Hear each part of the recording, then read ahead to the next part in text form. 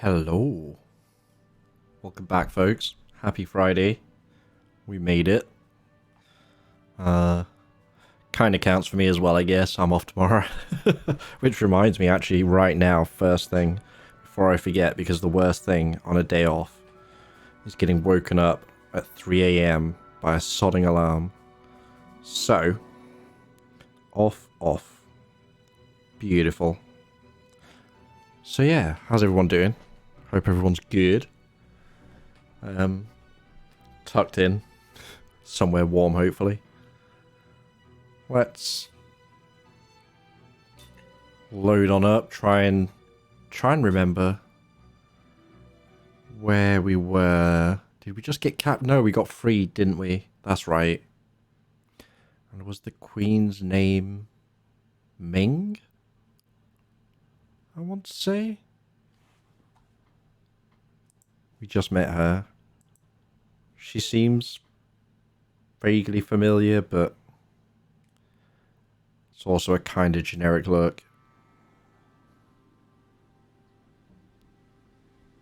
Not in terms of specifics, I mean, like, scantily clad busty lady. It's like, yep, we're playing a JRPG. Like, at least Kaim. I don't know. I'm not saying I necessarily love his design, but he wouldn't necessarily fit in with a lineup of JRPG pro tags, right? Not necessarily. I don't know. I'll think and try and put words to it as we go on. But yeah, let's go explore the city. And also loot.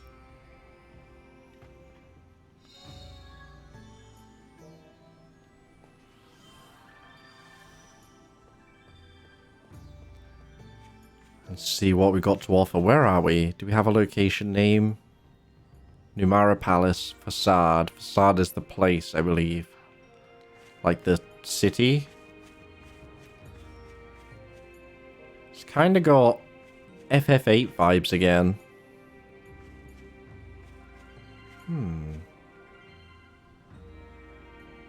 Your moo. There I was assuming moo would be a cow.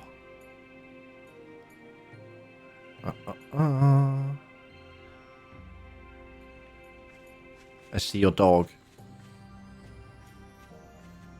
Didn't look very hard, did you? Wait, what if I wait?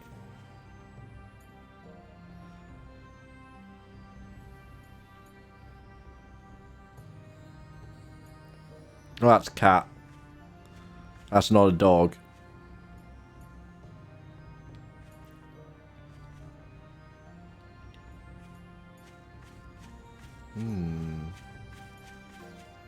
Baz.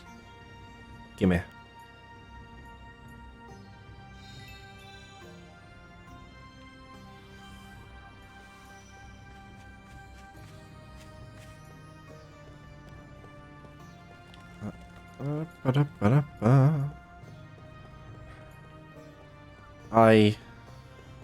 In case it wasn't obvious, I'm kind of past the phase of wanting to test talking to every single NPC in a town in this kind of game. There's only so much filler dialogue I can read in a lifetime. I think I reached that point years ago. Tits. Sorry, what? So, my performance was acceptable? Yes, Your Highness. We should now be able to achieve our objective. Let them loose and follow them to the truth. And what will we gain from this exercise? When we have proof they work for the enemy, we'll lock them up again. They'll give us excellent leverage in negotiations with Ura, and beyond the negotiations, we stand to gain information about Grandstaff. Grandstaff? Ura has built a gigantic magic engine called Grandstaff. We never got to do our investigation, so good luck with that. Right now, Ura poses a terrible threat to the entire world. A threat? Our intel has confirmed that the tragedy at Wool Highlands is connected in some way to Grand Staff. If we continue to allow Ura to run rampant, that tragedy could be repeated again at any time. The authorities in our military have voted unanimously to seize Ura as a preventative measure. You plan to start a war? Hmm. The White Boa is already being converted into a battle flagship, and we've begun assembling troops and arms. All sides want war, eh? The entire world. I won't allow it. While your majesty may have other ideas, the people will surely approve these safety measures. In this present magic industrial revolution, your majesty's isolationist policy is pushing the nation to its limit. National isolation promotes peace. This new regime must be created for the sake of world peace. We shall spread your majesty's teachings, using our nation's military might. You think military force can avert violence? Would you rather see a meteor fall on Numara? If that were to happen, the people who so adore you would be reduced to ashes in an instant. No, the Grand Staff should not be in the hands of those simple-minded fools in Ura. We Numarans should control it. Then we can use it to maintain peace all over the world.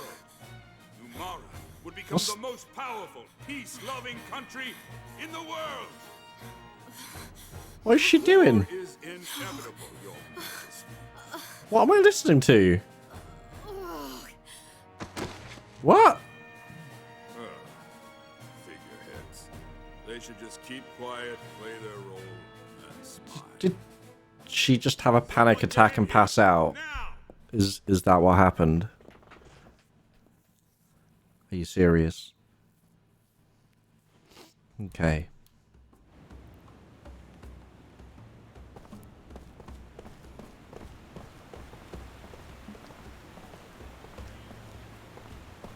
Helpful.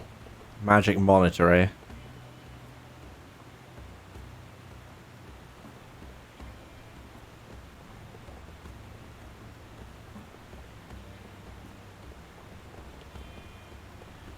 Wait. Is all the water in all of these pools flowing in the same direction? I want a camera shot to show me. Yeah, okay. I see how they did it. There's just a layer, right, that's mapped over all the certain areas, but it's one big...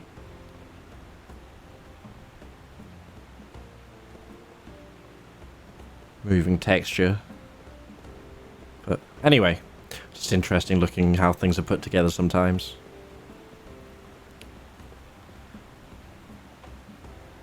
Are we healed? I think we are.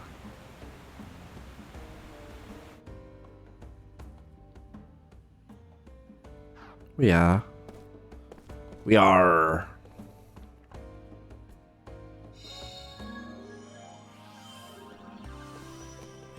Is this a harp?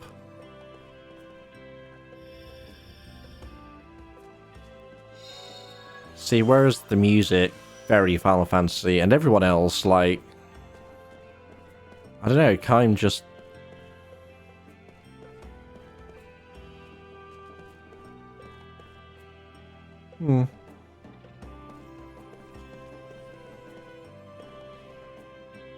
I guess it's not Nomura main character design, right?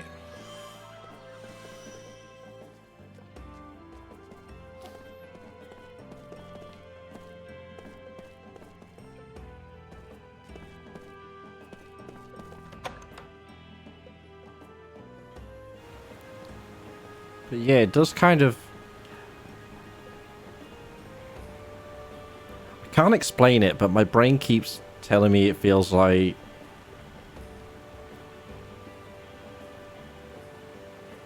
an up-resed or however you'd want to describe it, like... next... I don't know, it feels like FF8 weirdly. It's hard to say why though. We'll get there. This time. Nothing over here? A chest? No? I'm not sure which way to go first. Small alley, maybe. Can we get the other one? Nope. Yeah, narrow path first. Why not?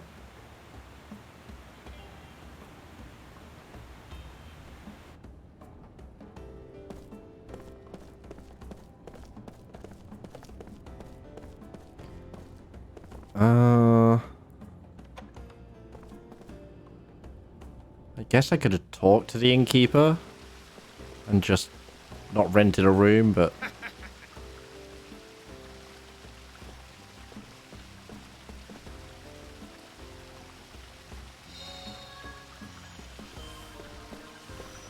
can have a good scrounge at least.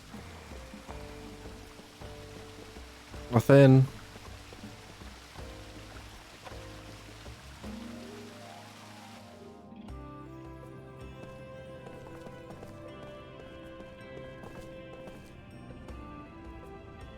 Keeping more of an eye out for them.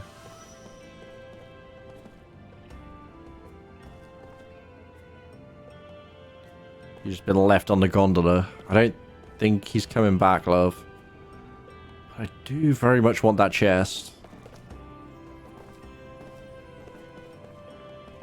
This dude?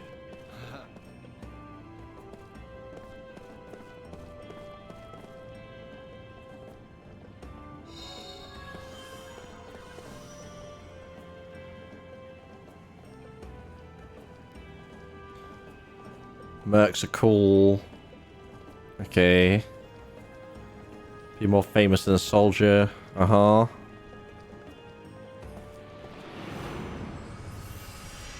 Uh-huh. We've got a new memory at least. I was hoping to have a little bit more of a warm-up before jumping into this, but here we go. A dream has been revealed.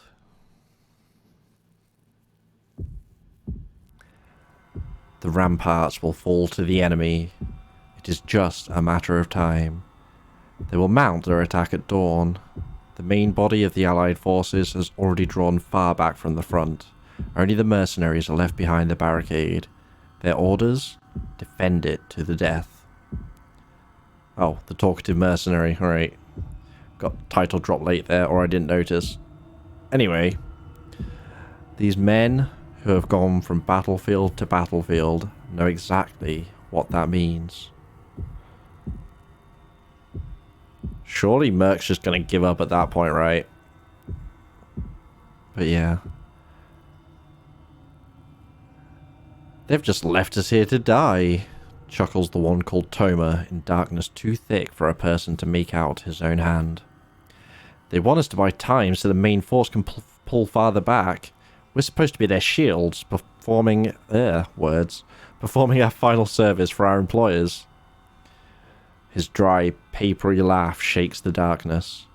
Kime says nothing in reply. Other mercenaries must be gathered there around them in the blackness, but all keep their thoughts to themselves. Mercenaries have nothing to say to each other on the battlefield. They might be on opposite sides in the next battle. At a time like this especially, when they have to defend the barricade against the enemy's withering attack, they can't spare the time even to look at each other's faces. Kime knows nothing about this fighter called Toma. His voice sounds young.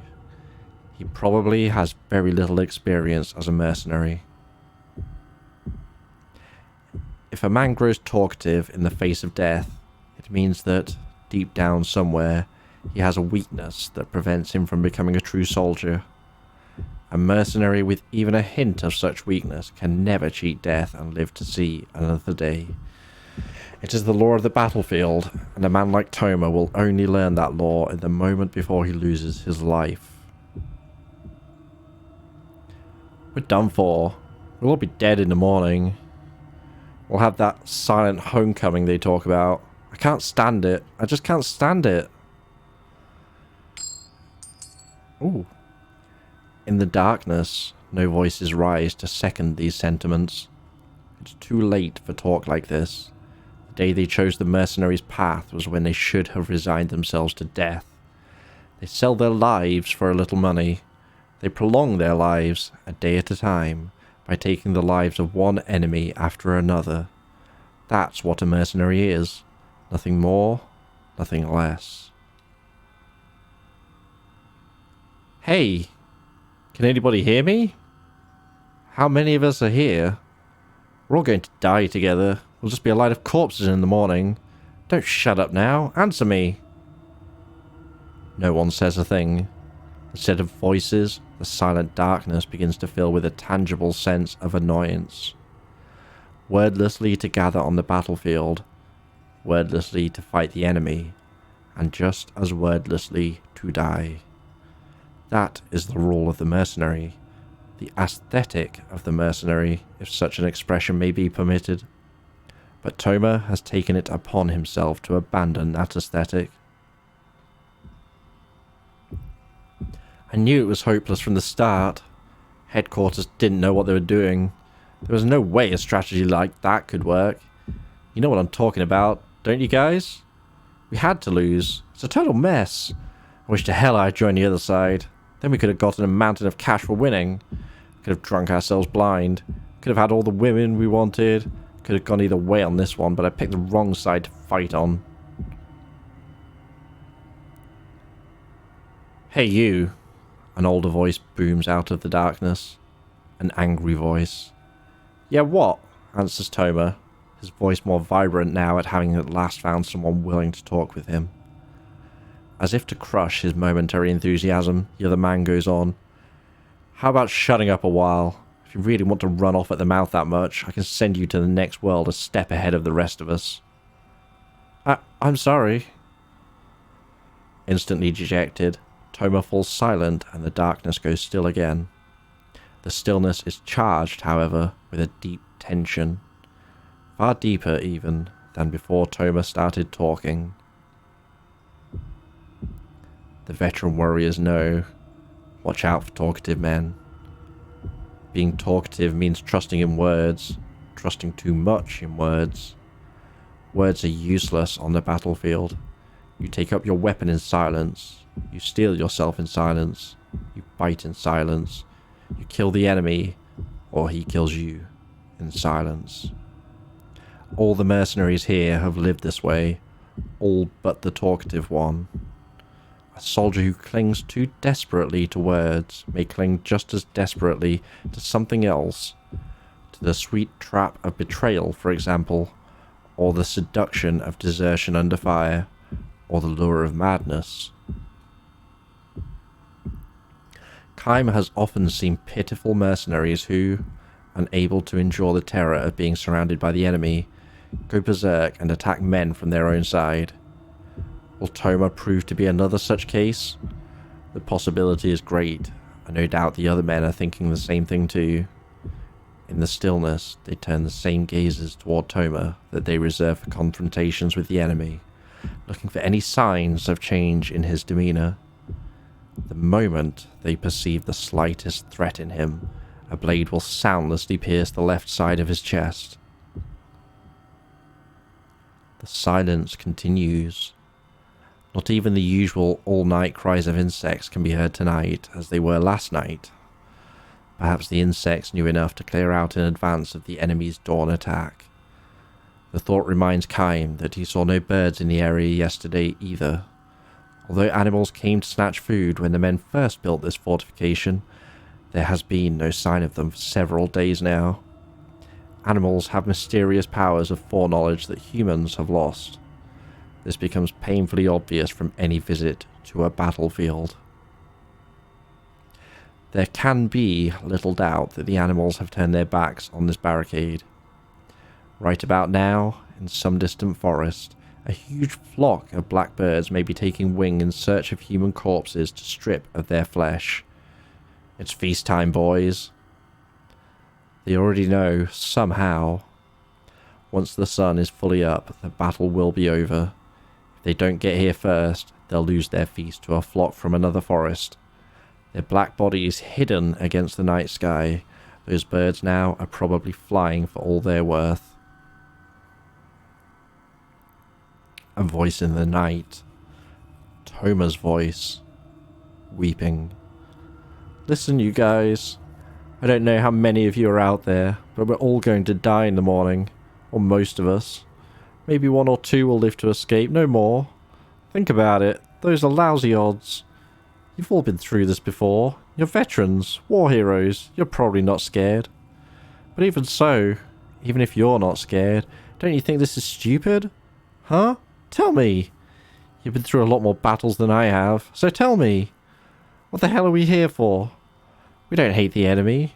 We don't owe the leaders on our side anything. But we've got to kill the enemy and follow our leader's orders? We're still going to end up dead? Tell me, you guys, don't you think it's pointless? Don't you think it's stupid? Stab.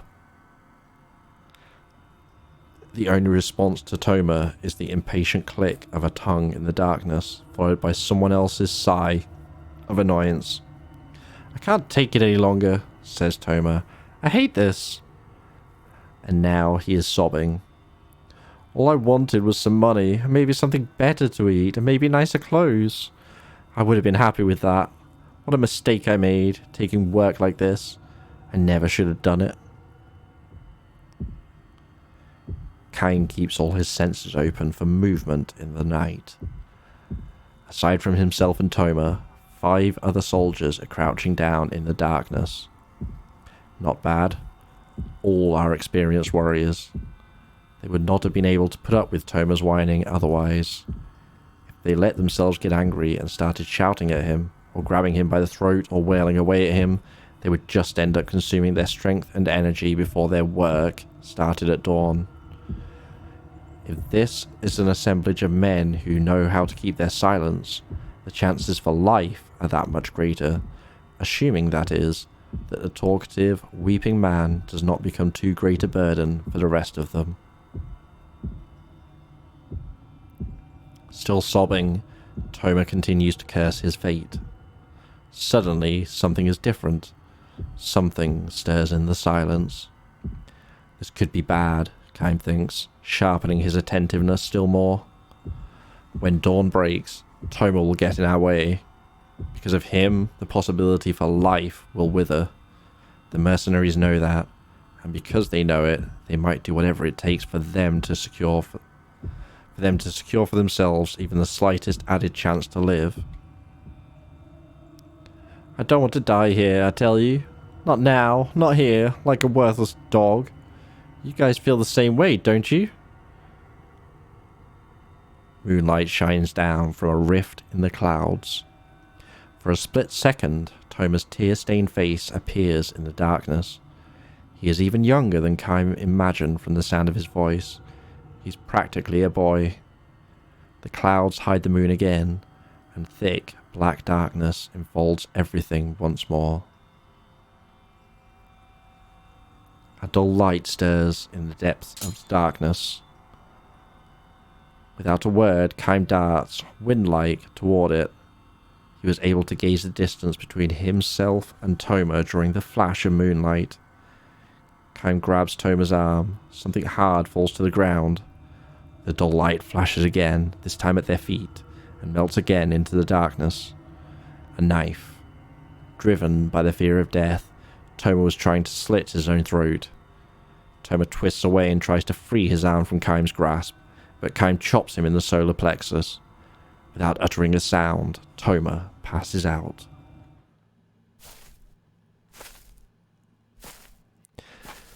With Toma slung across his back, Kain strides through the darkness. Eventually, Toma wakes and thrashes his legs to get loose. Stop it! Let me go! Kain lowers him to the ground. Every once in a while, the moon comes out. Check your direction when that happens. Go straight toward the setting moon, Kain says gently. What the hell are you talking about? It's the only way you can get out of here. Kain has chosen the thinnest part of the enemy's encirclement. Of course, there is no guarantee that getting through here will save him. From now on, Toma will have to believe in his own luck and abilities. Are you coming too? Toma asks. No, I'm going back. You escape alone. Why? You come too. Let's both escape. Come with me. Toma clings to Kaim's arm as he pleads with him, but Kaim gives him a hard slap on the cheek. The flesh of that cheek is too soft to belong to a veteran warrior. It is the flesh of a boy, a kid. You go alone. But why? To live, that's why. What about you? You want to live too, don't you? You should run away with me. You don't want to die, do you? Want to live? No. Kaim has no great desire to live. He lives because there is nothing else he can do. He lives because he has to. Toma is far too young, his own burden of life far too fragile for him to know the pain of such a life. We live to fight. That's what mercenaries do. But get the hell out of here. You're ruining it for the rest of us. You guys will never win this battle, so why not run away? It's our job to fight.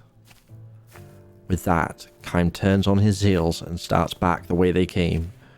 Toma stands there, watching Kaim move away, and a moment later, he himself darts into the western forest. To fight, or to flee. Kaim cannot know which holds out the greater promise for life. He also believes it is better not to know, except... I hope you make it, boy, he mutters, walking on. The eastern sky is beginning to brighten, little by little. Soon the enemy's all-out attack will begin. I just imagined an all-out attack from Persona there. I don't think that's what they mean. Anime dust cloud and punches flying everywhere. From the western forest, a few birds take to the air. Perhaps it means that a small-scale battle has started in the silence, or that the poor young mercenary has been felled with his back to the enemy. Kaim does not look back or break his stride. He feels certain he has seen that talkative mercenary before. Before the war broke out, the boy was selling fruit in the market along the highway. He was a good boy, took good care of his mother, the women of the market were saying. Live a long, full life, Kaim wishes for the boy as he himself walks on, glaring at the lightening eastern sky.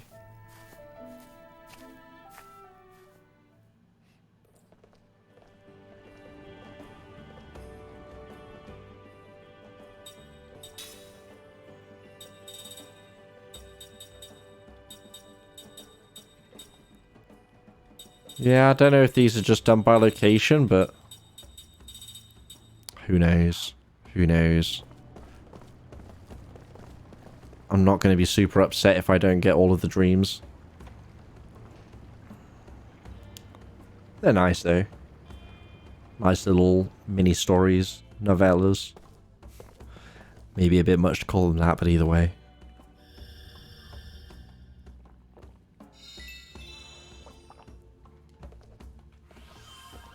A whole 10G? Wow. Wowie wow. You spoil me, Vigi game.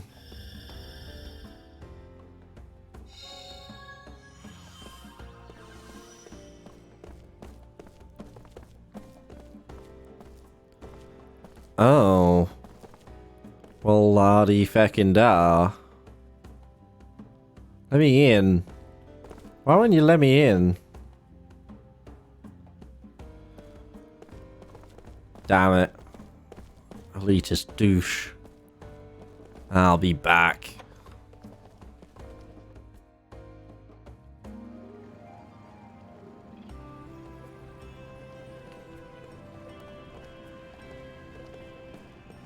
I want to see what's this way. Then I'll probably come back.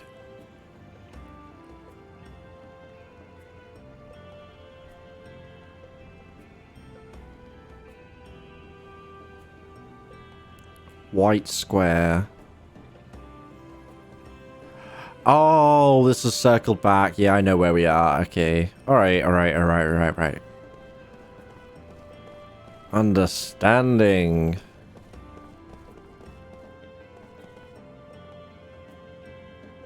That's the chest I saw before, no? Different chest.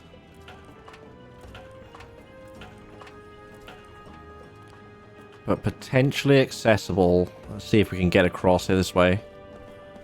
Hey, Persona. Welcome back, dude. It's going alright. I'm chilling. Got the day off work tomorrow. Turn the alarm off. That always feels good. Yeah. In fact, I think I'm even going to grab myself Payday Domino's Pizza after stream. That might be a plan. My little monthly treat. What about you? What's the plan?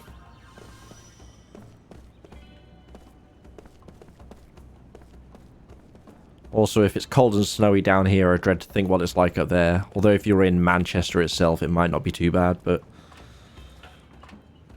I lived in Huddersfield for a few years, so I've had the northern experience. Including, was it 1 or was it 2 years, where I was essentially living in a basement. That was fun, when the tiny little window that was technically below ground level was just piled with snow. Just trotting on. All good, dude.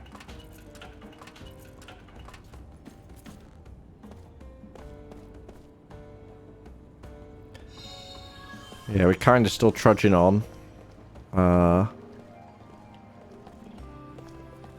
Fruit. Couldn't work out what the examine was for. Exploring this new area. Not entirely sure where we need to be going yet, but it's not my #1 concern.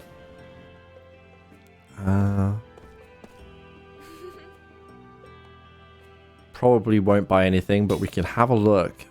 Although...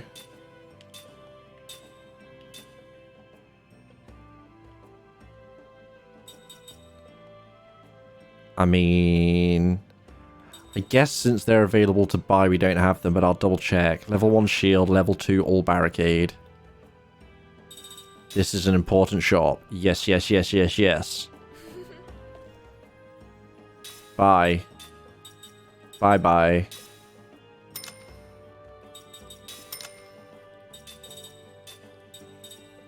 Are we good?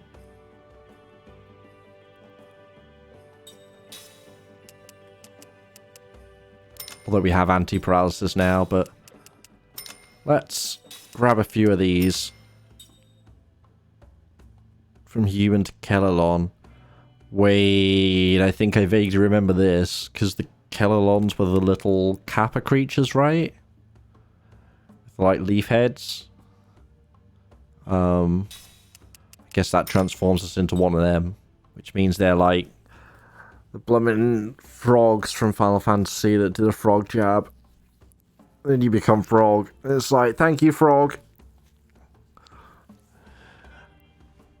And usually I just leave it. Until another one hits me and I become unfrog. Unfrog.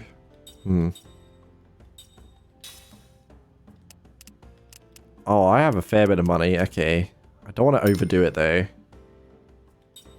But I'm pretty happy with that. I don't want to sell these because... Oh, actually. I can sell one of these. Because if we get any more immortals, we'll need to teach them the skills as well. Right? I don't think any of these are valuable enough to be worrying about selling. Nice. I see shinies. Damn it. Alright.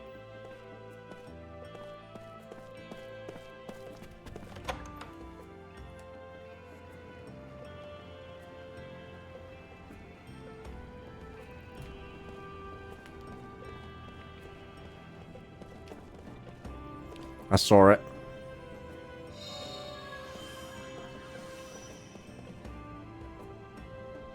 Damn.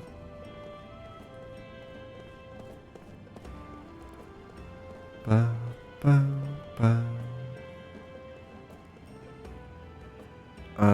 Yeah, this way I haven't seen. And then there's still south from the main square. Which I guess means technically we're going east or something? Canal Street.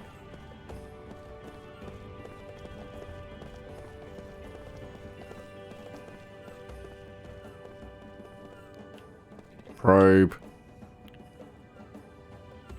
Probe is a weird prompt. Wonder if that's just a particular choice by the localization team or that was the intention. Again, assuming it was written in Japanese and translated.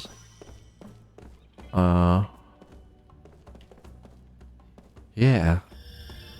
Search, yes, look. Yeah. Open. Alright, we can live with an open, but probe? Technically works, just feels odd.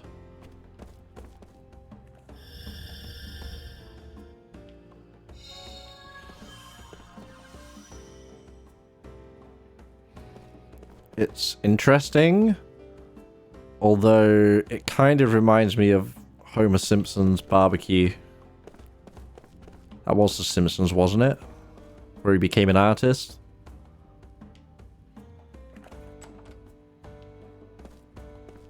Excuse me. Just gonna borrow your bed. And your herbs.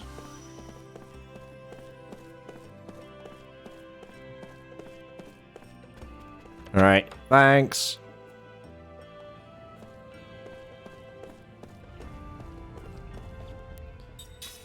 You never know. And it never hurts to save. Jansen's stank eye there. Still looking out at me.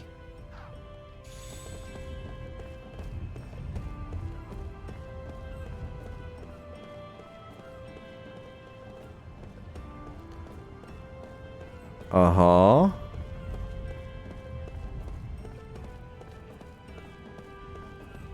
Yeah, there's a path here. I can see it on the map at the very least. Oh, I see. I see. Yeah. Homeless guy under the bridge. Classic. Okay, I can't rob him.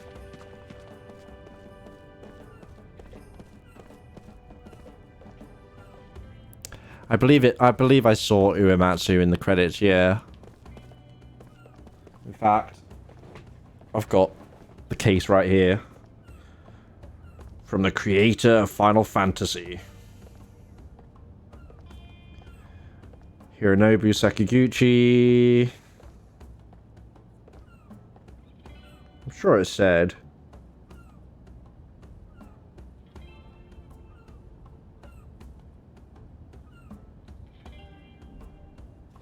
Hang on. Oh, can you remember video game manuals? I still occasionally buy physical games. Console, obviously. I don't even know. Do PC games still get physical releases? I genuinely don't know. It is. Okay. I kind of just want to... Oh, well, I mean, as soon as I open the guide, the guide, not the guide, the manual, I see Ming Namara in the Immortals list, and I'm like, well, alright. Definitely is joining the party then.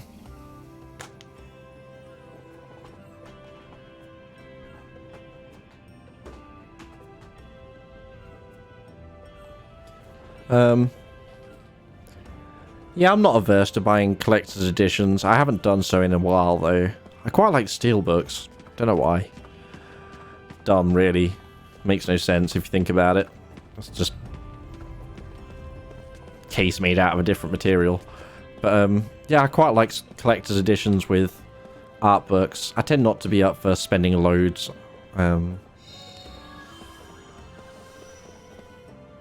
It is shiny.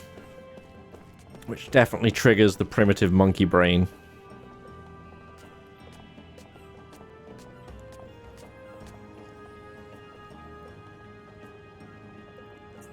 still have a steelbook.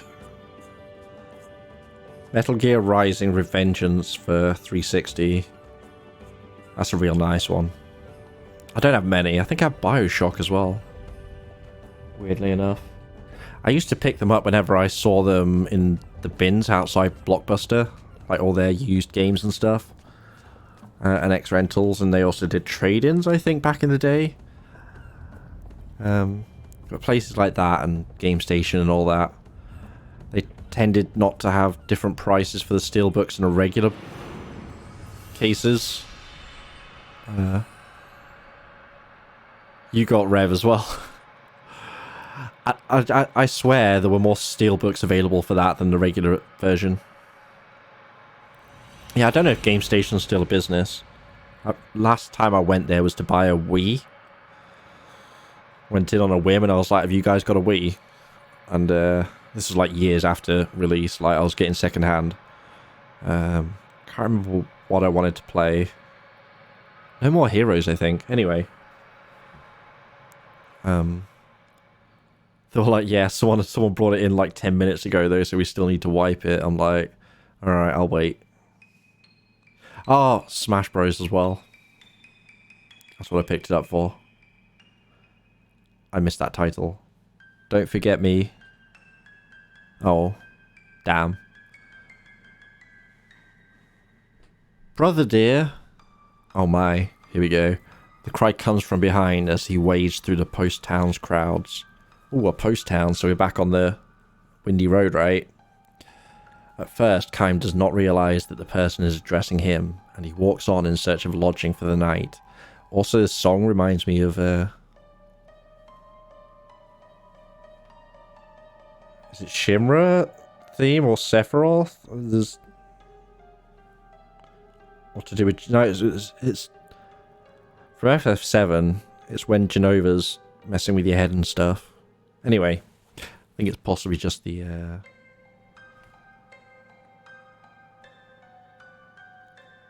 instrument.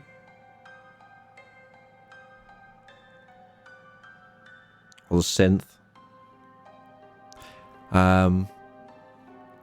Yeah, at first, kind does not realize. Yeah, but the cry comes again, all but clinging to him. Brother, dear, big brother, brother. This is puzzle. Oh my god, I need to put. Wait, have I not done this yet? Okay. I actually really want to find my post-it now because my soundboard somehow. I don't have Liquid Snake going brother. How do I not have that? Shh. God damn it. How was that not immediately?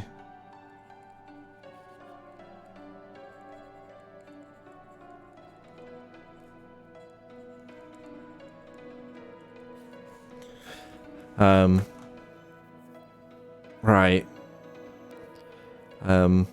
Yeah, this is puzzling. He last visited the town 80 years ago. There can't be anyone here who knows him. Yeah, that is confusing. Wait, big brother. Don't go. His puzzlement begins to take on an eerie edge, for the voice addressing him as big brother can only belong to an old woman. Without letting his guard down, he turns slowly. Just as he thought, it is an old woman. Dressed in the clothing of a young girl, the tiny old woman is looking straight at Kime with a bright smile on her face. I think you may have the wrong person, he says, allowing his discomfort to show. No, I don't, she says with a big shake of the head and an expanding smile. Your big brother Kime. What? Nani? What's wrong, Kime? Did you forget me? Well, I mean... He can't place her. Even if he were to succeed in doing so, he knows he has no acquaintances in this town. He wonders, could this be a chance re-encounter with someone he once met on the road? But no, he's sure he didn't recognize her. And strangest of all, why should this woman, who looks old enough to be his grandmother, address him as Big Brother? Don't pretend you don't know who I am, Kaim. You're so mean. She yells at him loudly enough that people in the crowd stop and stare at them. It is not just the fact that she is shouting, of course. People always have to shout to be heard in these crowded streets. That alone would not attract attention. The old woman's voice is different from a normal adult yell. It is like the innocent, unrestrained cry of a little girl who throws her whole body into her scream. Yeah, I was just thinking, like, they're saying this is an old woman, but it's definitely sounding like a small child, and I'm wondering what kind of derangement's going on here. Where we're going to go with this. People turn shocked expressions on the old woman and quickly avert their eyes. Their dismay is understandable. The old woman has her stark white hair tied up with a colourful ribbon, and her dress has the same floral pattern and floppy sleeves as a little girl's. Many of the passers-by look at the old woman with a mix of sympathy and pity on their faces. Gradually, Kaim begins to comprehend the situation. This old woman has simply lived too long. This is why the past, locked away in her memory, has become realer to her than the reality before her eyes. A middle-aged passerby tugs on Kaim's elbow. If I were you, I would just walk away. Don't get involved with her. She'll be nothing but trouble. It's true, says the wife by his side, nodding. You're a stranger here, so you don't know, but this old woman is senile. You can ignore her. She'll forget everything in 5 minutes. They may be right, but the fact is this old woman knows Kaim's name. In the little girl part of her mind, she thinks of Kaim as her big brother. Brother! He tries probing his distant memories. He spent no more than a few days here so long ago. He got to know very few people, and there can't be any of those left who still remember him. When Kaim goes on standing before the old woman, the nosy middle-aged couple become indignant. You try to be helpful, and what does it get you? Snorts the husband. Let them work it out themselves, adds the wife. Let's just go. Which they proceed to do. Winding up her voice for maximum shrillness, the old woman calls out to them as they walk off in a huff. Don't forget me now, you hear? In that instant, Kaim's memory makes the connection. The old woman greets his look of recognition with an expression of joy. Do you remember me now? She cries. I'm Shushu. It's me, Shushu. He does remember her, a little girl he met in this town 80 years ago. Perhaps 5 or 6 years old at the time, she was a precocious little thing whose lack of shyness with strangers came from her being the daughter of an innkeeper. Somewhere along the way, she had probably picked up a phrase she heard someone using, and so whenever a guest would depart after a number of days at the inn, instead of the standard goodbye or thank you, she would see the person off with a smile and a cheery, "Don't forget me now, you hear?" Was that the woman? Was this the kid earlier from the earlier story? Is it the same kid? No. No. That was a kid who was bedridden and sickly, right, and died young. Only now, when he is suddenly able to see the girl beneath the wrinkles, Kaim must avert his gaze from the old woman's face. What's wrong, big brother? He cannot bring himself to look directly at Shushu's vacant stare. 80 years have gone by. What can they talk about when a man who never ages meets a little girl from the distant past who has aged too much?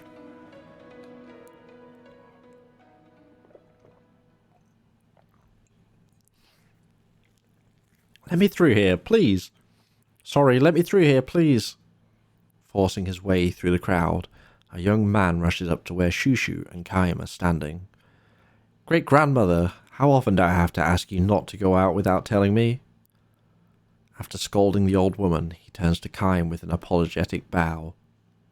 I'm terribly sorry she's been a bother to you. She's old and getting senile. I hope you can forgive her.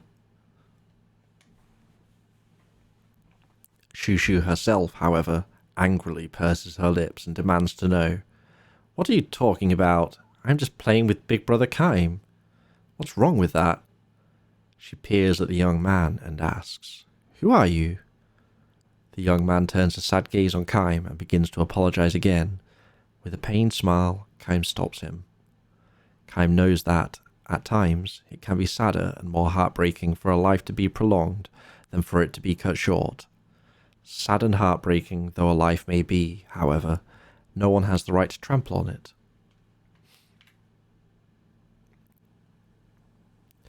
She just can't seem to get it through her head that she's old. Even if I hold a mirror up to her, she asks, "Who's that old lady?" The young man, whose name is Cash, I'm gonna guess, Cash? We'll go with Cash. Further explains the situation to Kime. She might forget that she ate breakfast, but her memories from childhood can be clear as a bell. Kime nods in silent understanding. Cash and Kime sit on their words. Reading too far ahead, you see. And then reading the word ahead while trying to also carry on. And anyway, yeah. Cash and Kime sit on a bench in the town plaza, watching Shushu pick flowers. She's apparently making a floral wreath for her long-lost big brother. But really, sir, do you have time for this? Weren't you in a hurry to get somewhere? No, I'm fine, don't worry. Thanks very much. He smiles for the first time and says, I haven't seen her this happy in ages. The young man seems convinced that his great-grandmother has encountered in Kime a person who resembles someone she knew as a child. Kime allows him this. He knows that Cash cannot, and need not, imagine the existence of a person who never ages. Her health has really deteriorated lately. Whenever she runs a fever, we wonder if this is going to be the end for her, and we prepare for the worst. But then she springs right back. Sometimes we joke that her mind is so far gone, she's forgotten to die.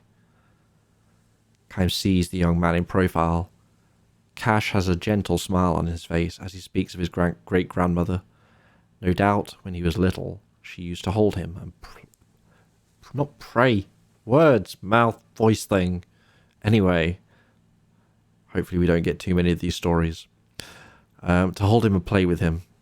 Grown up now, Cash watches over his great-grandmother like a parent watching his own child.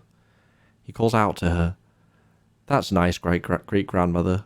I haven't seen you weave flowers together like that for a long time.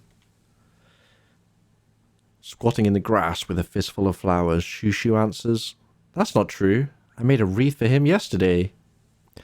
Then she says to Kime, Isn't that right, big brother? You wore it in your hair for me, didn't you? Kime cups his hands around his mouth and calls back to her. I certainly did. It smelled so nice. Shushu's face becomes a mass of joyful wrinkles. Overcome with emotion, Cash bows his head. Kime asks Cash, Are you the one who takes care of her? Uh-huh. Me and my wife Cynthia. How about your parents? Or even your grandparents? Are they still living? That was nice. The inverted colours, right? Cash shrugs and says, I'm the only other member of my family left alive. His grandparents both died in an epidemic 20 years ago. His father lost his life in the war that enveloped this area 10 years ago. His mother, Shushu's granddaughter, aged more rapidly than her own mother, and the lamp of her life was snuffed out 5 years ago. So my great-grandmother has had to keep holding funerals over the years, for her children and grandchildren. Before we noticed, she had become the oldest person in town. It must be lonely living that way. I'm sure, answers Kime. It might even be a kindness of the gods to let people fade out mentally when they've lived too long. At least that's how I've come to see it lately. You would think she would feel lonely to be left behind that way, but she's not lonely at all. To live long means you have a lot of memories. Maybe it's not such a bad thing to live in the world of your memories during the last days of your life. Shushu stands up, her arms filled with flowers. Big brother Kime, I'm going to make a floral wreath for you right now, and if I have any flowers left over, I'll make one for this other person too. Kaim and Cash look at each other with bewildered smiles. Why are you smiling like that? Shushu asks. Are you two friends now? She opens her wrinkle-ringed eyes wide in surprise, gives the two men a joyful smile, and collapses into the grass. Or does she just die?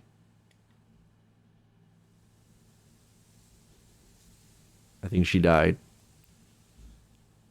Cash starts to run for a doctor, but Kaim grabs his arm and holds him back, saying, You'd better stay with her. Ironically, Kaim, who can never truly know what it feels like to age, has been present for that very reason at countless deaths over the years. His experience tells him that Shushu will not recover this time. Shushu is lying on her back where she has fallen, her armload of flowers now spread over her chest. Her face wears a smile. Wait just a minute, big brother Kaim. I'll make your wreath for you right away. Her mind is still lingering among her memories of the past. Will she stay like this to the very end? Keep fighting, great-grandmother. Don't let go. Cash clings to her hand, tearfully shouting encouragement, but she may not even realize that this is her own great-grandson. It's me, great-grandmother. It's me, Cash. You haven't forgotten me, have you?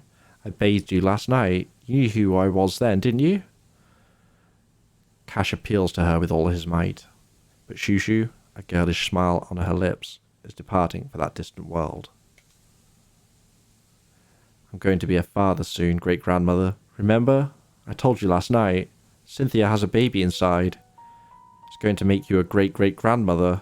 Our family is going to grow. Another person with your flesh and blood. Still smiling, Shushu grasps one of the flowers on her chest in her trembling fingers. She thrusts it towards Cash, and in a voice no more than a whisper, she says, Don't forget me now, you hear?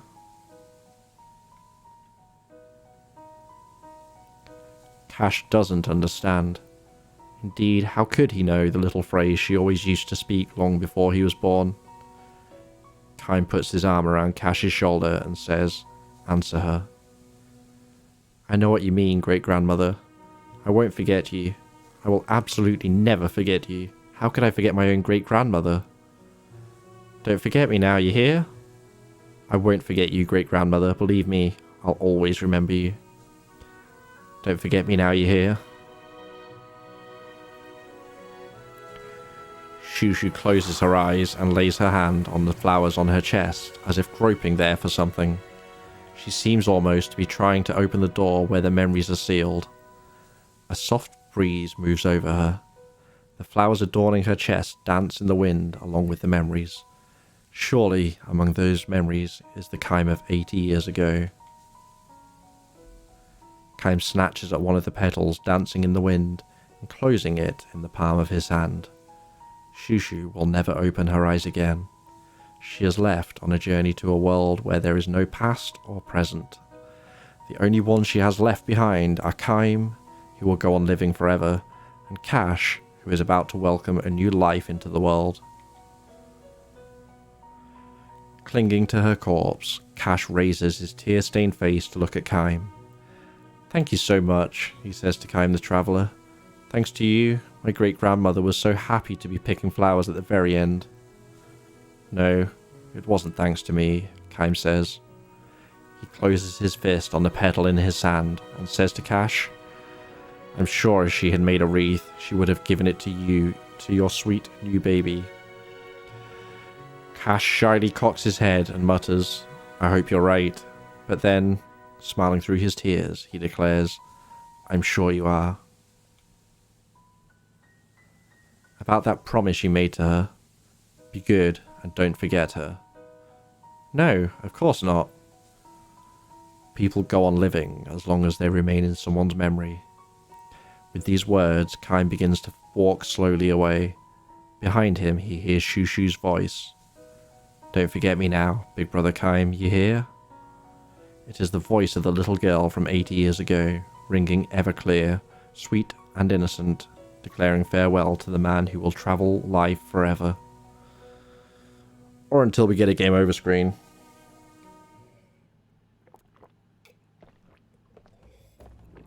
Although I guess if we continue, it's never be game over.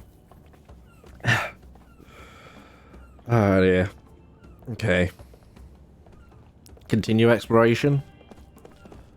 Can we go a little bit longer before the next story? Very theatrical. Yeah. I don't know. I feel like those little stories deserve a hearty reading. I've certainly never dabbled in theatre though. Known plenty who have, but not for me.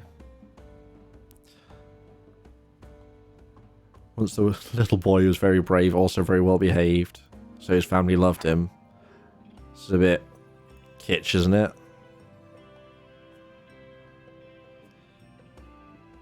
Sharp fangs, body scales, yeah, no one could beat him.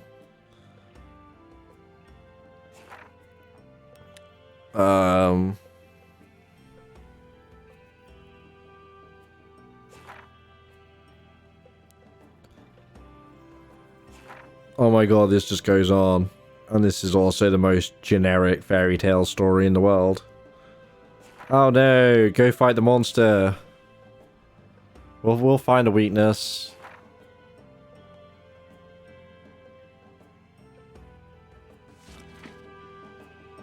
I feel like that may have been relevant to something, actually. Oh, it's going to be the other half of the story, isn't it? Regrets.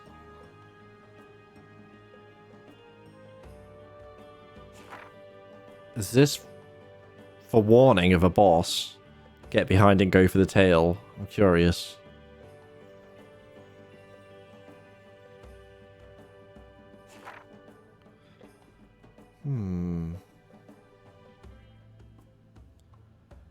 Sharp, pointy stones there.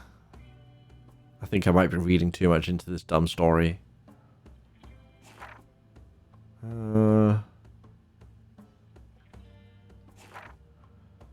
Stab the tail.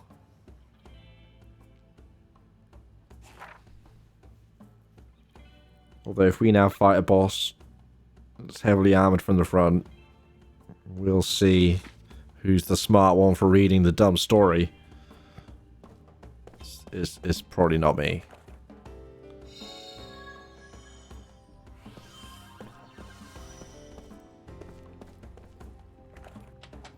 Anything? Loot, please. Some good loot. People need more money so I can steal it. That's better.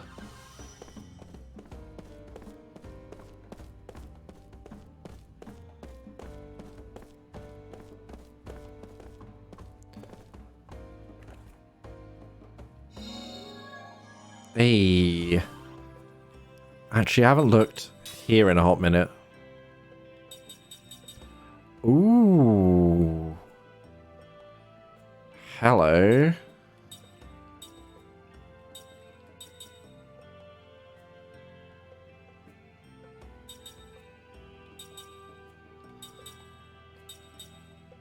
Frontier Siderite? Is that useful anywhere else?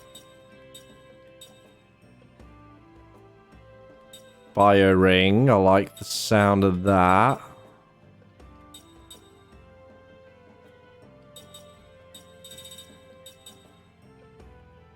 Neutralizes enemy guard.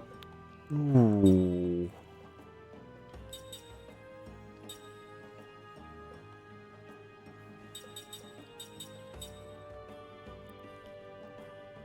As in completely neutralizes guard condition? That seems OP. I also want the bio ring. Organic enemies.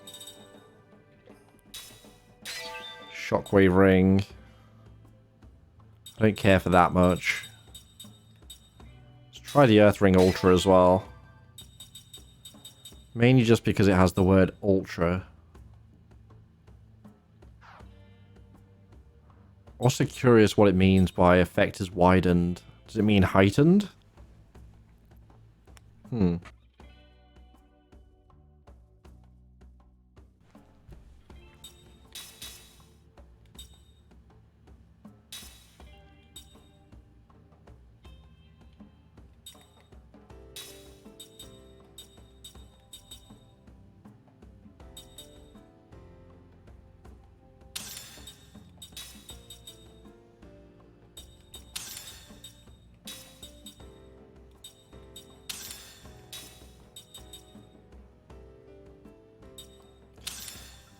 I mean, there's not a whole lot. I suppose that could be worth giving to him.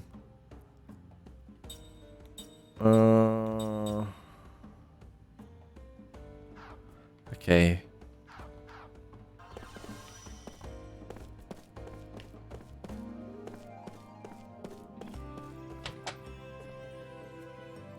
Curious how integral this ring mechanic is going to be to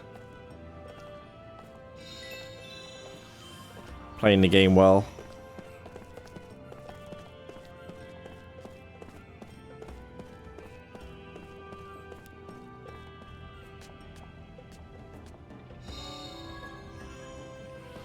Five poisonous bones. That sounds like another one of these.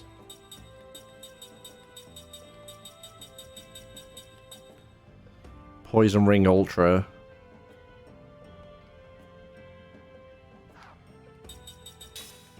Do I have to take that off?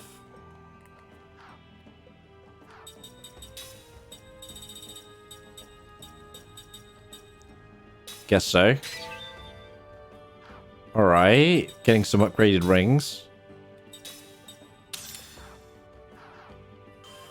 Feels like that's something I should be glad for, right?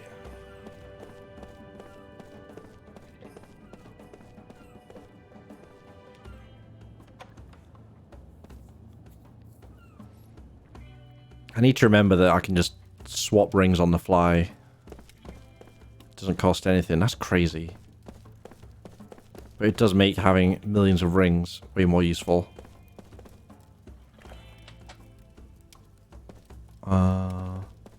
Yoink.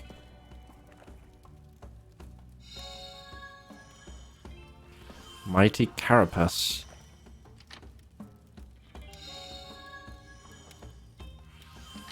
Getting some good lootings. What does a Mighty Carapace do?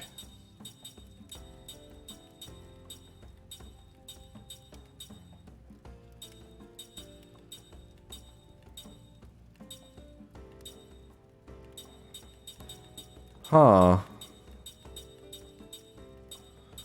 It's not showing me.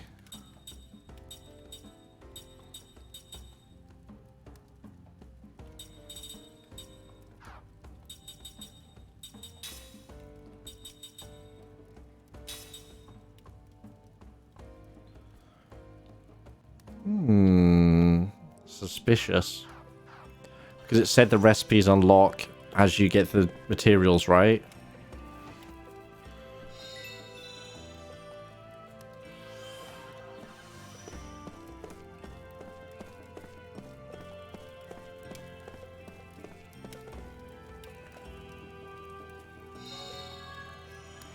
Definitely glad to have searched this area thoroughly, though.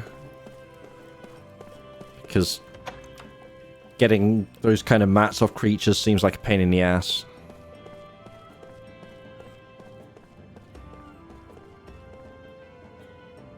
Where does this lead?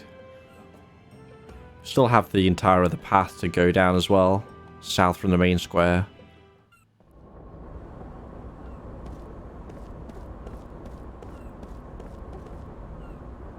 This seems like a way out.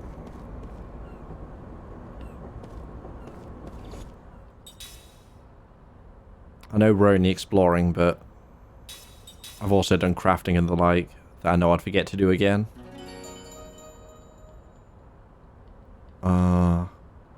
Left or right? Left or right? Let's go left.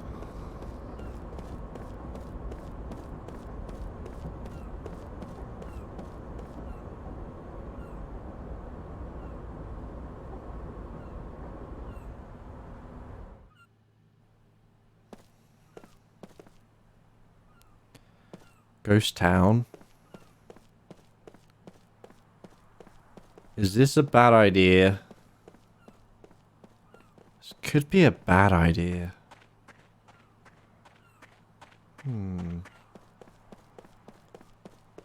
Or maybe it's the best idea. I see a chest.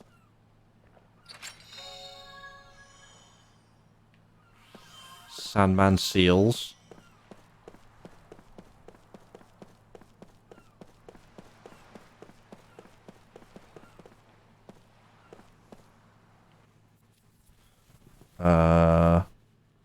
Triggered something?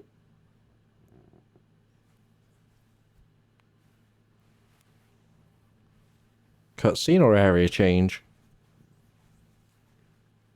Or cutscene in a different area? Both.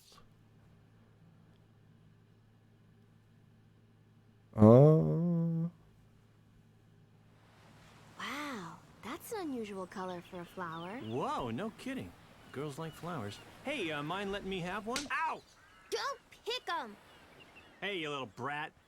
Next time, say that before you hit someone. You got that, kid? Shut up, you old geezer. Get wrecked. Old? Oh, I'm going home. Did you plant these flowers? Nuh-uh. They're just flowers that grow around here. Mom says they're really rare. What are they called again? Tenderflora. Yeah, what he said. Mom loves these flowers. They never wilt. She says they make people happy, too. Mom feels sorry for them since they're so pretty. And people just pick them whenever they want. You know, I bet there are lots of people out there who would pick a flower if they knew it could make them happy. It's because they're growing here that makes you happy.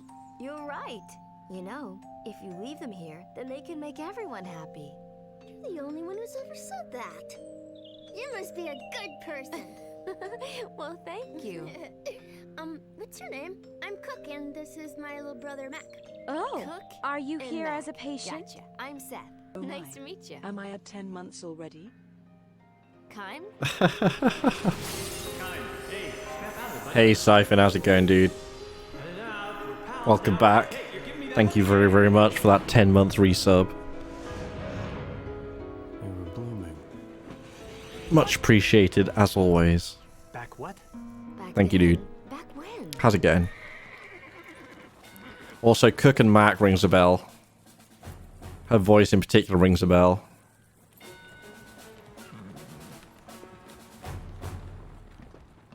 Check it out.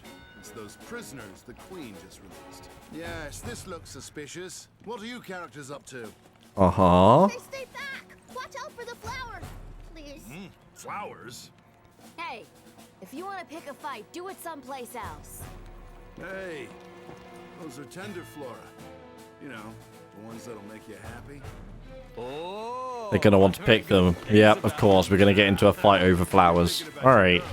Alright. Yeah, if I bring her these flowers, getting her in the sack would be a snap. Ugh. I am on the same wavelength with that guy. Hey, let me get some of that action. Don't even go there, Jansen. All right. Hey! You can't have them! What's with you, kid? Out of my way! Cook, are you okay? Yeah, dude. Hope the Starlink works out. Real mature there, picking on a kid. Uh-oh. Hey, fine. Listen up, losers. The Numaran military has the right to seize anything that grows on Numaran soil, including those flowers. It's just a bunch of flowers. It's silly to pick a fight over something so small. What's with you? Out of the way, kid. Is he gonna No big fight? deal. I'm just gonna take 2 or 3. No, What's with you, kid? I can't hear you. I said no. Whoa. I still can't hear you. Oh, how cute. Hey, check out the tough guy. I'm not moving. Hey! Aha. Get punked by the kid.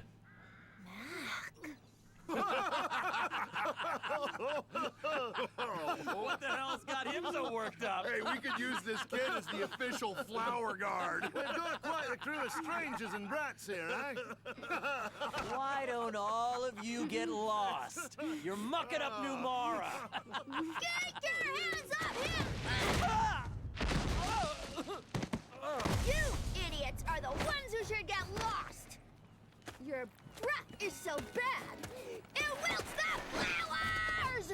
It's a real sassy kid. Oh, not bad. I like that. Good choice of words. Very nice.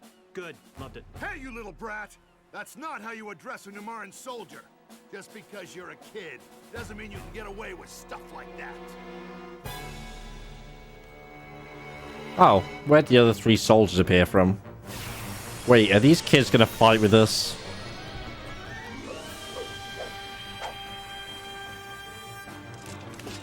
Okay, we're good, we're good. They get us in trouble, and then they hide. Wonder how long your chivalry will last.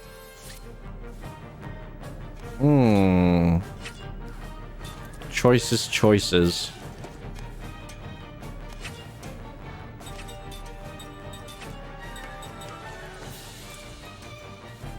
Physical.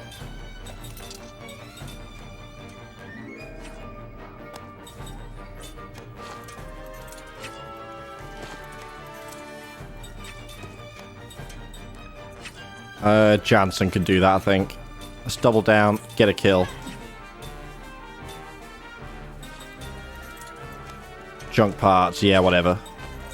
Not gonna try robbing them either.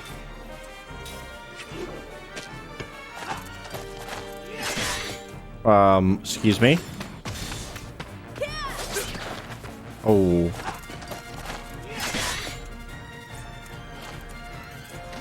I should have guarded. Regrets.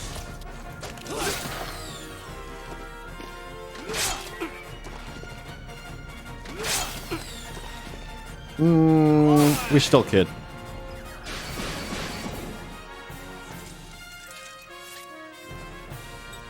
We'll do that.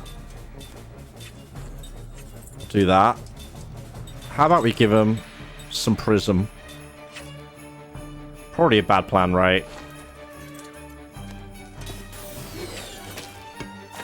We'll see. Casting delayed. Super delayed. Should have used an item. Way delayed. Owen!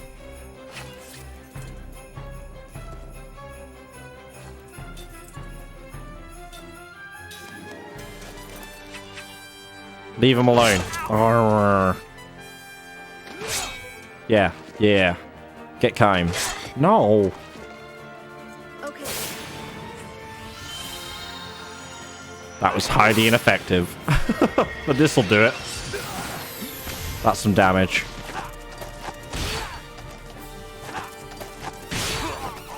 Wow. Alright. Get wrecked.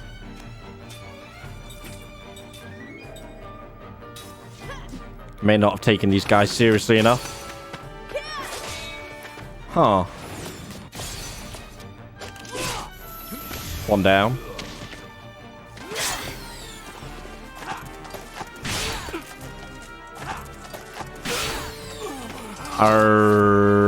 Am I gonna get wiped here?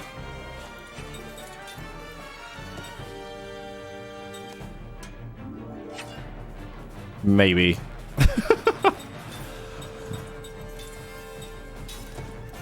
I think rezzing him just gets us stuck in a loop, though. I'm better off restarting and taking them more seriously. Yeah, we're done. KK.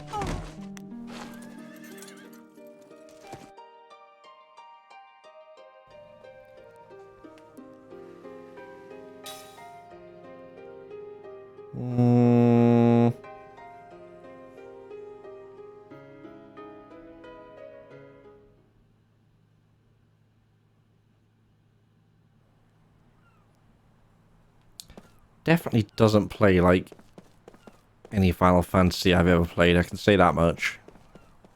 Gimme.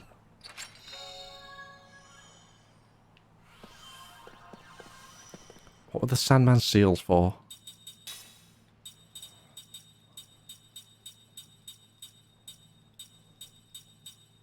Sleep ring. Okay. Yeah.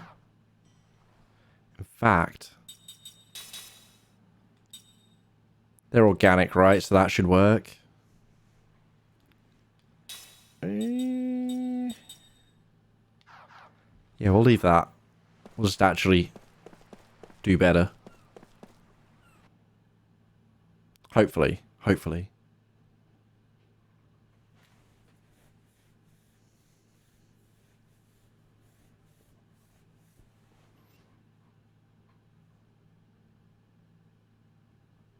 Come on.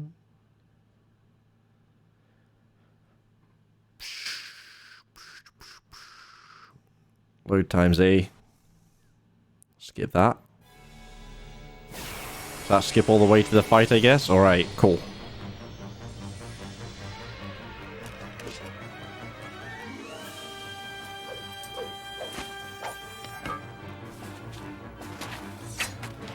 Thinking of playing Skyrim again. Have to redo your mod loadout. I've never been able to properly go back and play Skyrim again. My first playthrough was... I did pretty much everything. A couple of times I've gone through the effort of like modding and stuff and then just stop playing. I usually go way overboard, spend forever getting it to work, and by the time I've done that, I've lost interest.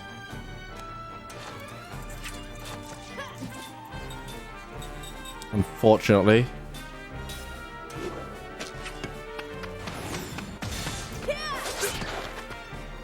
Didn't annihilate the guard condition. Shame. Oi.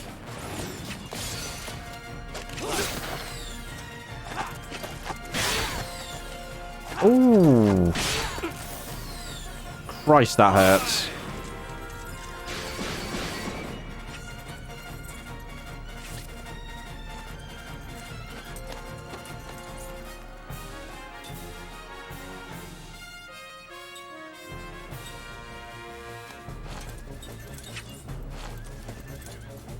Is that how much damage I'll deal to the guard condition for targeting them? Interesting. I think you defend, and I heal you.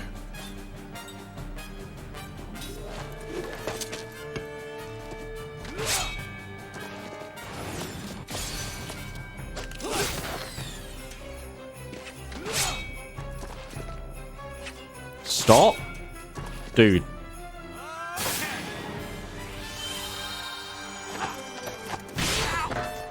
Holy shit. Why?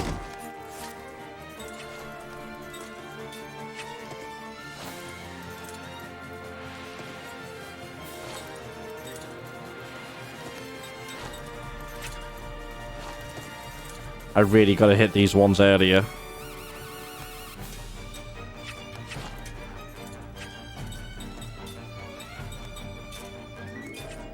Right, hang on then. Okay. Watch them take out Jansen this turn.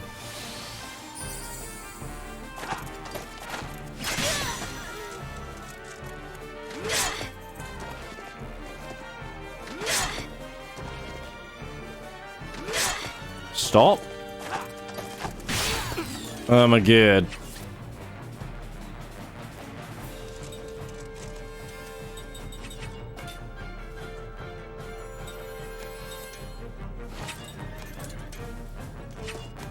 Kind of need a kill here.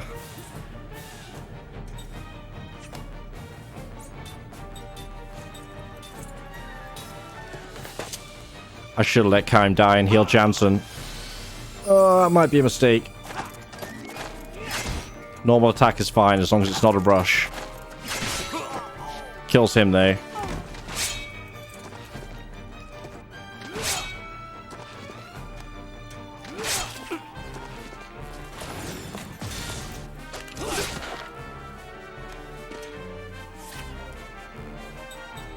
Yeah, I think this is game over.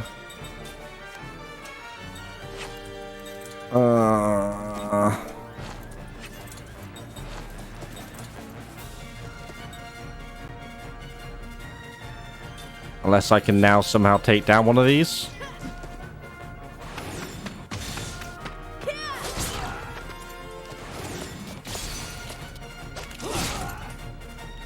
No. Not nearly enough damage.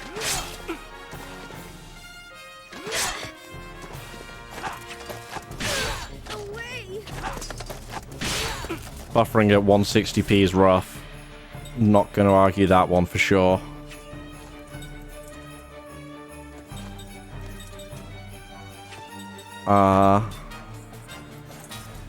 Let's try. Okay. I'm having real issues maintaining my GC.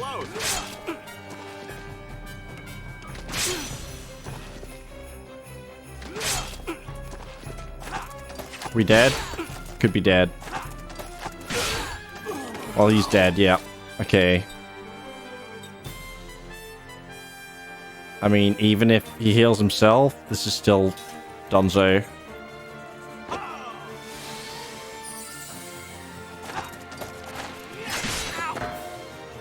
Yeah. This game's rough. I don't get why. I can't tell if it's intentional.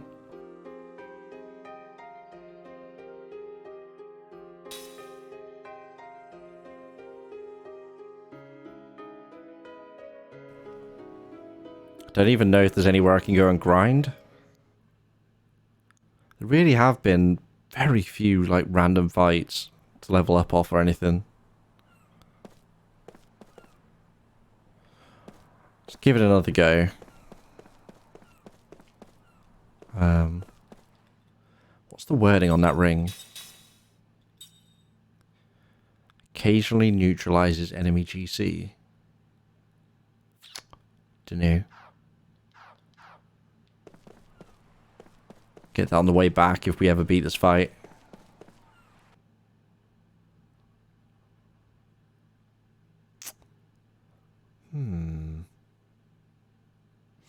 Yeah, I don't know. I still feel like I'm missing something.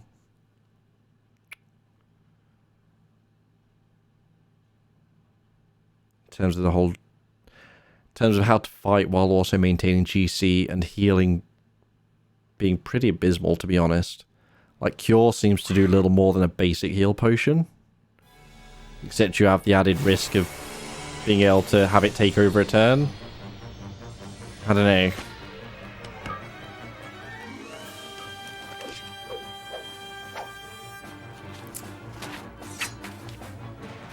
I wonder how long your chivalry Oh, will shut up. last.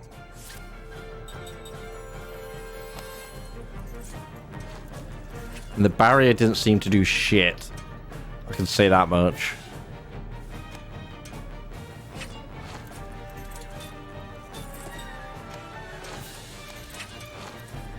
Part of me wants to go for the prism again.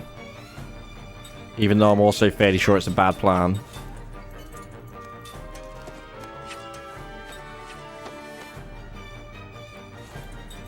Sleep or paralysis? What's the odds either of those work for? Let's find out.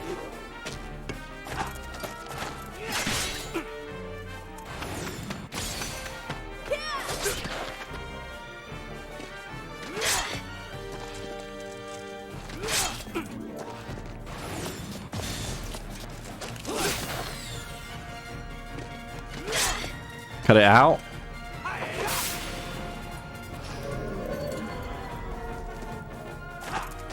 For once, I would like an RPG or a JRPG. They're the biggest offenders.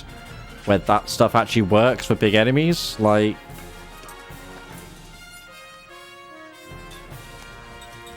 Okay, now I'm just testing.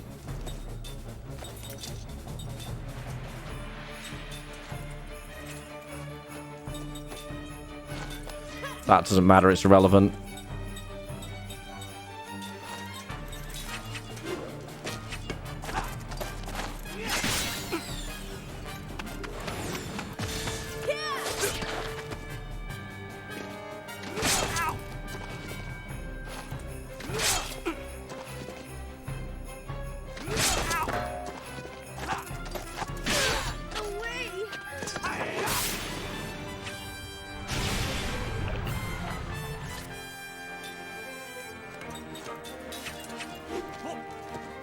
Oh, we're not even going to get to see him find out, are we? He's going to get pushed back? No?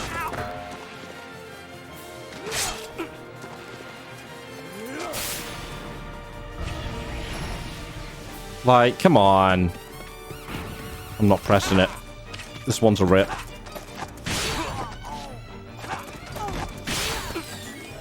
Are we good? Yeah, we're done.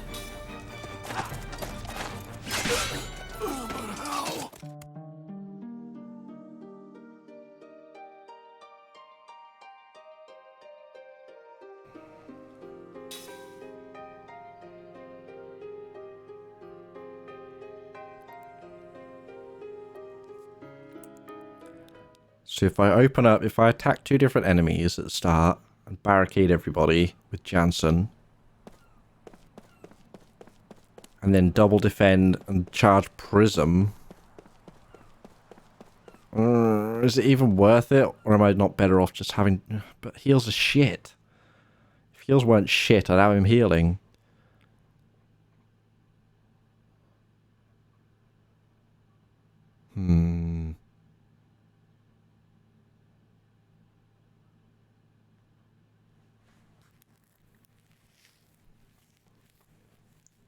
Why is healing so shit?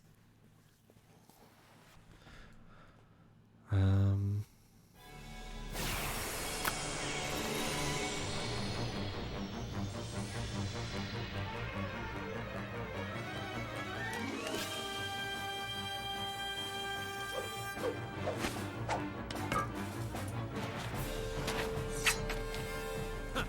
wonder how long The problem with this battle system is once you start losing, it's really... It feels impossible to claw it back.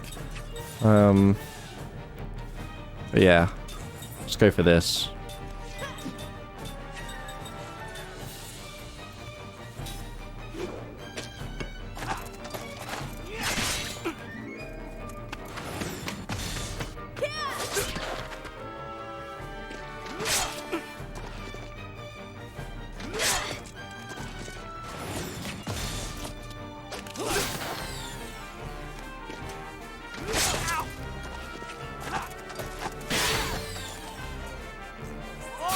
Fuck, does that do a lot of damage?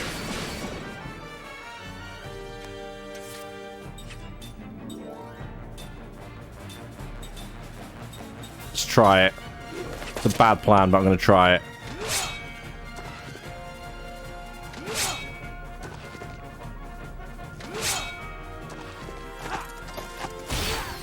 This is fine. That's less fine.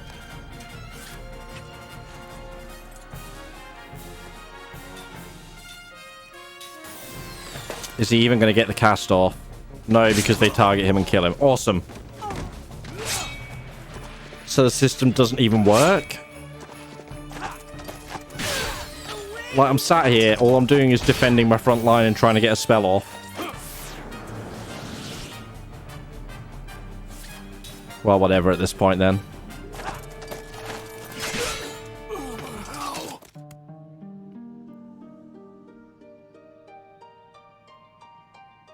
Like, actually, am I missing something? Because if the battle system doesn't work, then I think I'm just out. Like, I really want to power through and keep going with this game, but I honestly don't know if I can take another 30 hours of this. Random fights, anywhere, you know. Can I grind? No. Can I buy a better weapon? Not that I've seen. Maybe I can get a better weapon. Should we go look at the rest of the city? In fact, give me that shit.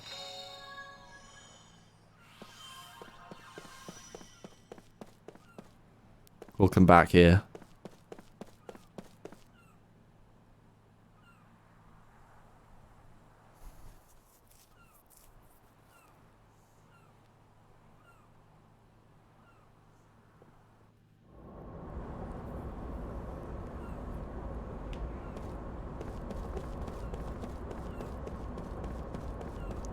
Right, we got this side.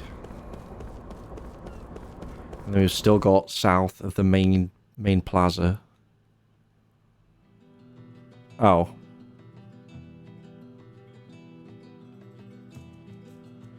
Could we just leave? And not get those kids?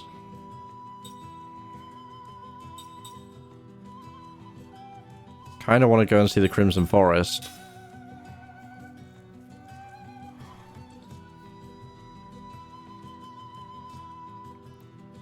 Could probably at least grind there. Don't know.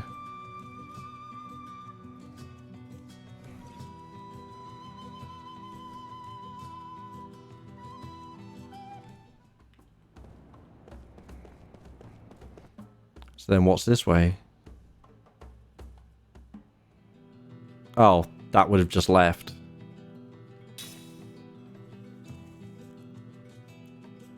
So we have the forest or that fight.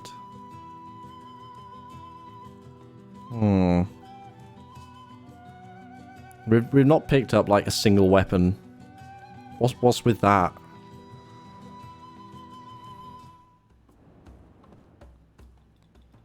Like,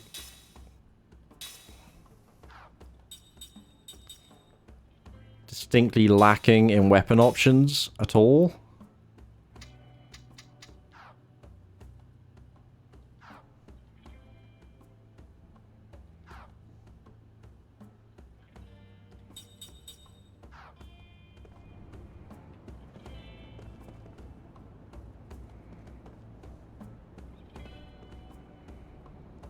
Resting at the inn isn't going to help.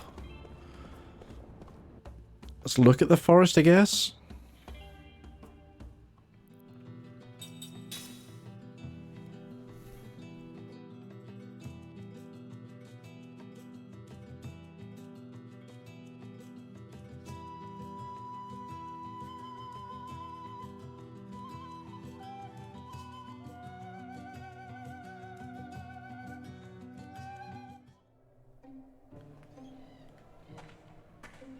Oh, a maze, that's promising.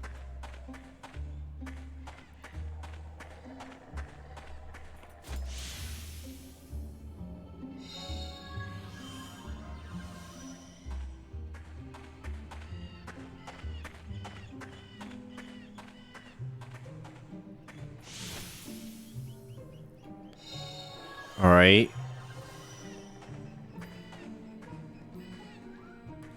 In before I walk into a mini boss.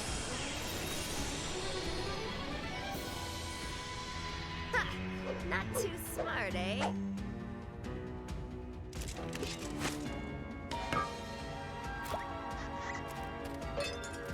Little Kellalon.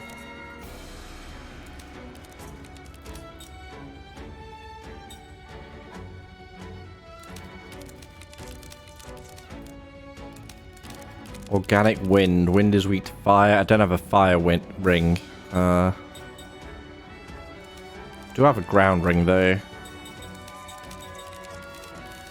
They're all front row.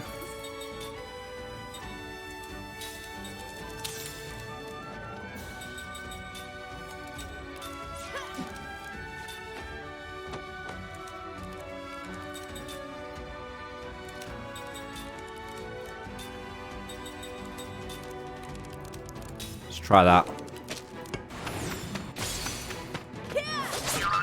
Nice.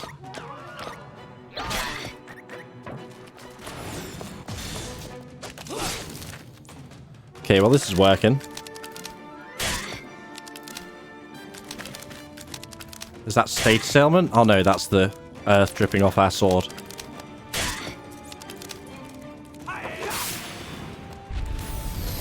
Oh, okay.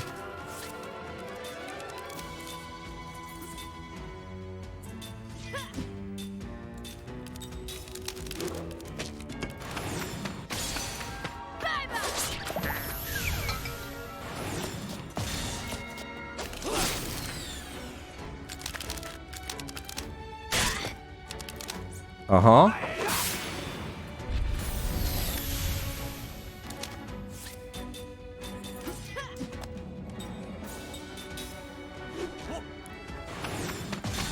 Get in. Couldn't delay it enough. Oh, that's fine. Of course it works on us every time. Every time? Every time. What a waste of time. Ba ba ba ba ba ba ba. Well, at least we have wild enemy encounters. And we're earning money. And we can go back and heal. So... is it time? It could be time. What do we want to reach? Level 20? I want to absolutely destroy these idiots now after giving me grief. Might not actually grind to 20, but... I would like some random encounters at least. That looks movable later.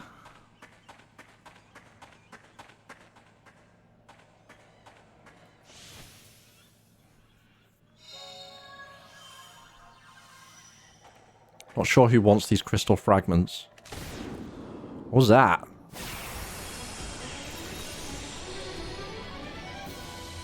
This does not look good. Is that what caused the last fight? No, it was random, wasn't it? Or was it touching this? Oh, hi. Ooh. Spitura. Fire and wind, right? Yeah. They're magic. That's organic. That's at the back there. Oh. No, it's wind I want, not that.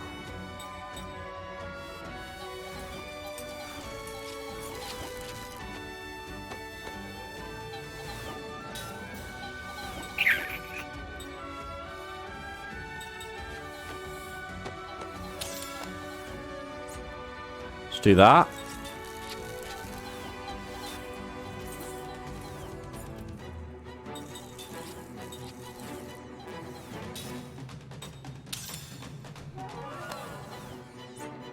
I think that's what I want to do. And then wind on that one. Are they all casting? Ooh. I should have split the hits to delay that.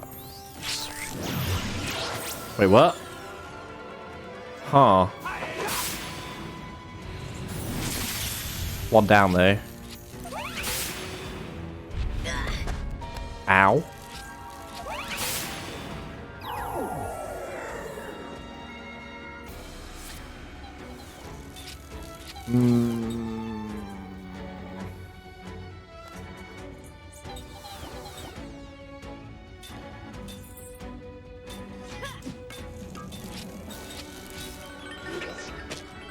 Hopefully that does it. No! Stop! Although I'm not sure it worked.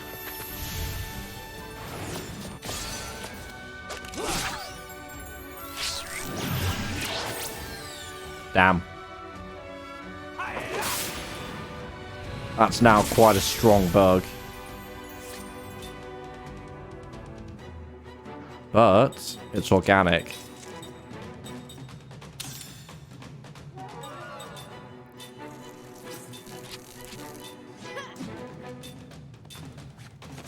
There's wind, right? Yeah, so fire will do it. No, it's... yeah, no, that's right, that's right. It's ground and water. Fire and wind, I think. Oh, shit. Oh, no, that's fine. Ish.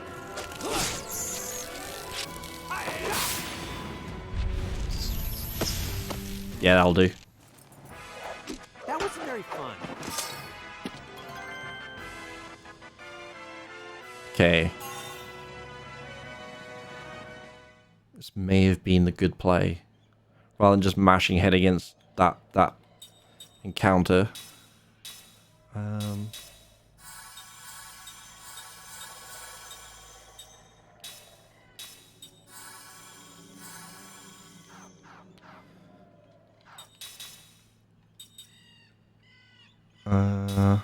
We've learned that. Not that we really cared, but we've learned it. Take that. Recovers MP when defend is used. Right, it wasn't healing HP, it was MP. Okay.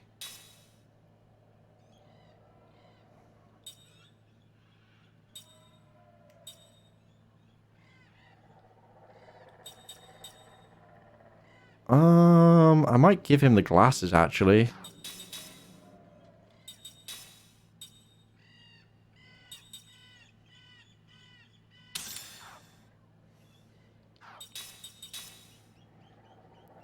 Factual and status, which means I can take that off. These.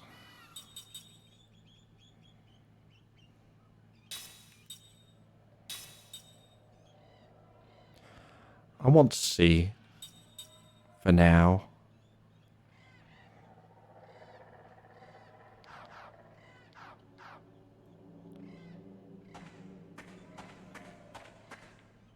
Yeah, I already healed. Already healed. Okay. Maybe I just need to stop trying to mash against bosses when I find them and just take it as a sign I need more XP. At least a little bit. Although we did the worms eventually. Or did I grind for that as well?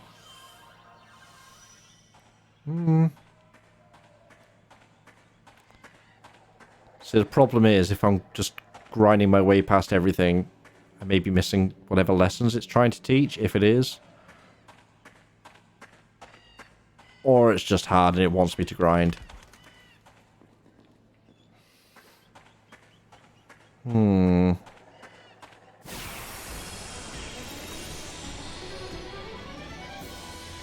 want a piece of me? Bam, bam, bam. Bam, bam, bam.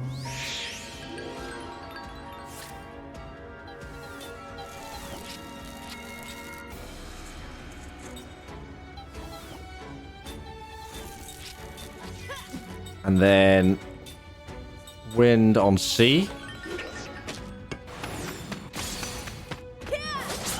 No casting. No casting. Ah, damn it.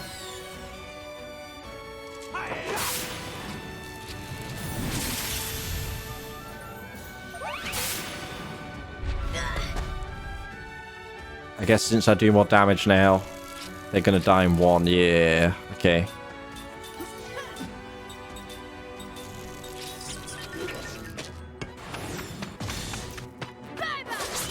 It's trying to prism. I see it charging. Good luck with that.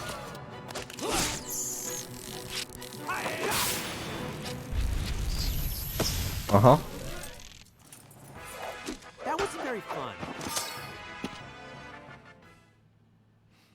Okay, well, enemies are rare, but at least does seem to be a decent amount of XP per enemy until a certain point, and then it just don't get levels anymore.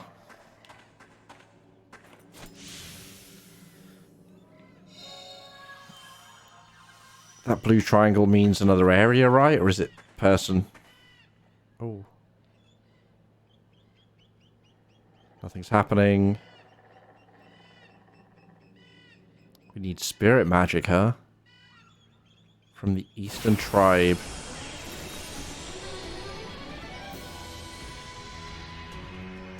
What?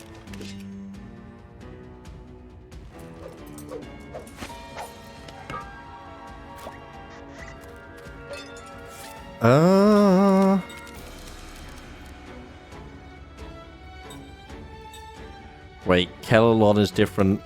It's not organic. Interesting.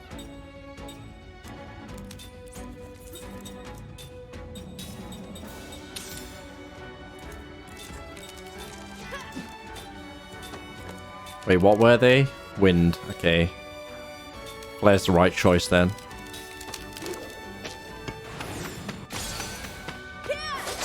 Yaw.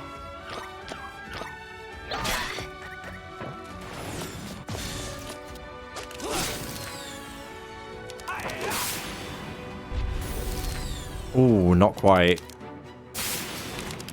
That sucks.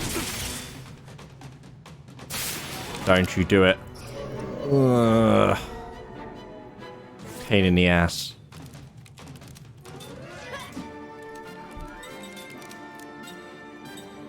Probably does enough to kill this one.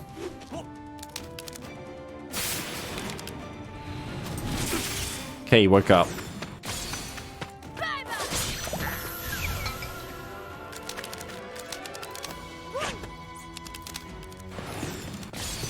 Not for you.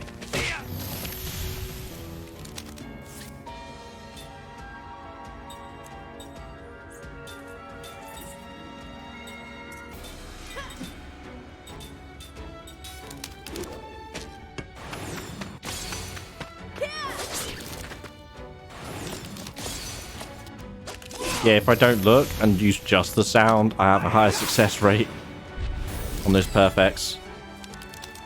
Interesting. Owie.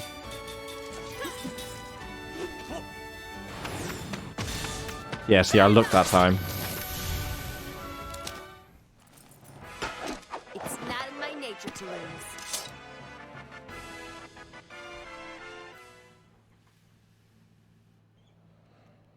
So yeah, I don't seem to be leveling up now.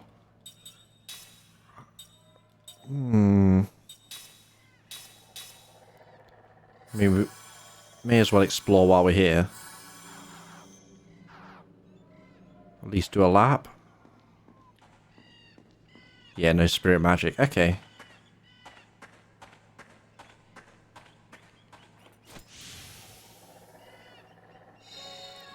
Don't know who wants the crystal fragments. Might have a fair few at this point. Oh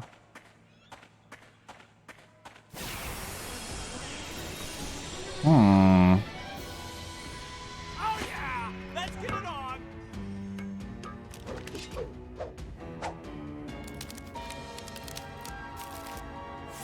This is fine, I think.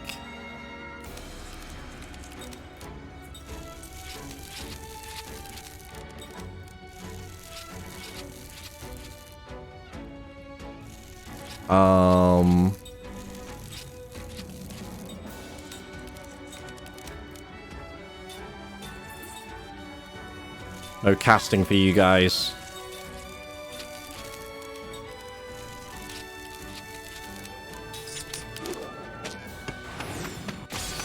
Bug's already casting Prism. Are you serious?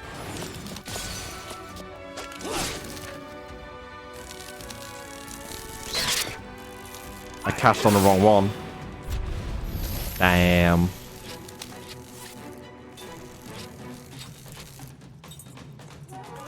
You're casting and that's a no-no.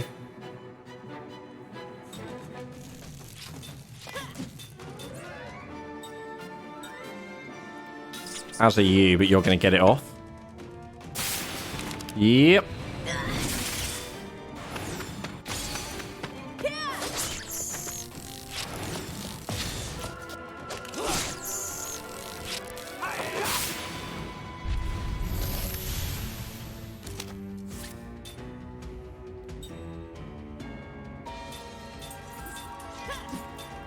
Get delayed, hopefully.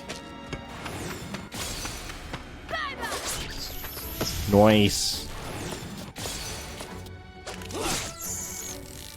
I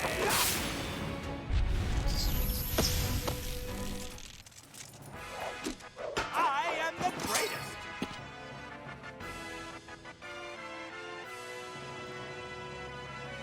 Right. Got 46 left at the moment. We learned relax. Good, good, good. Is there even anything else you could learn that's useful?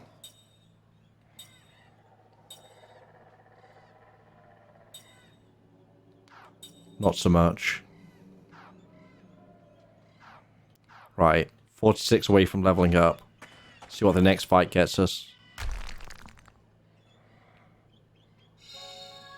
That was some weird physics.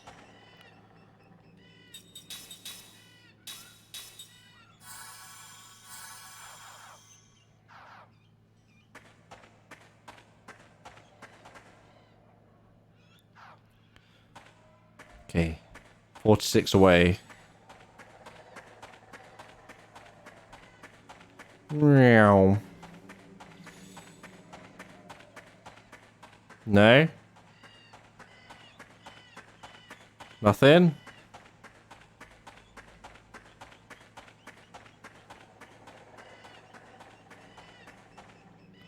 Am I outrunning enemies? Or is encounter rate really just that low?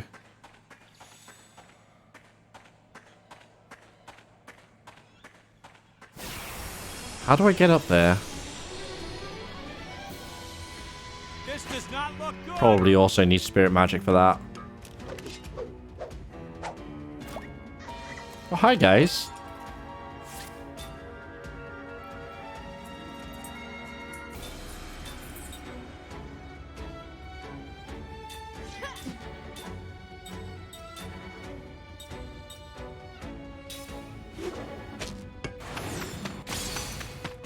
Oh.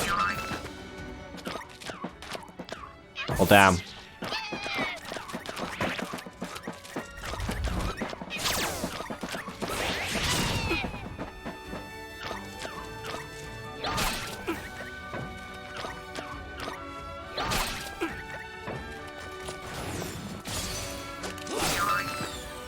Nice.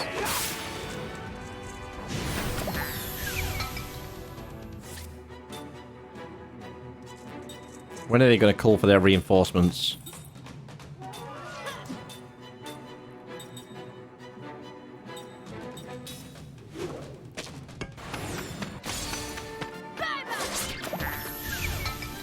A little bit more damage and I could one-shot.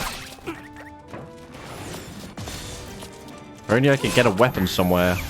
Get an upgrade. Beautiful. Love to see it. Oh, double? Okay. Barriers and heals for everyone.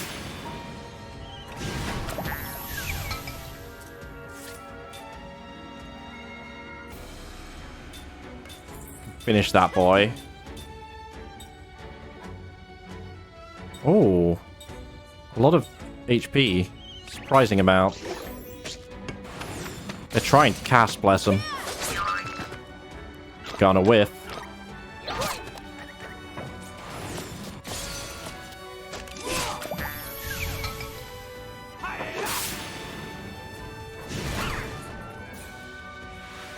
Oh, okay. What did that do? Well, they undid it, so... Alright, I'll take it.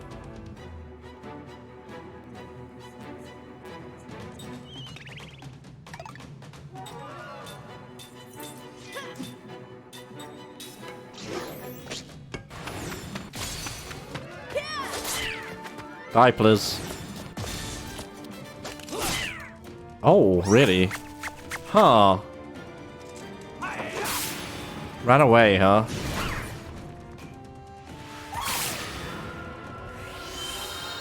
This is fine.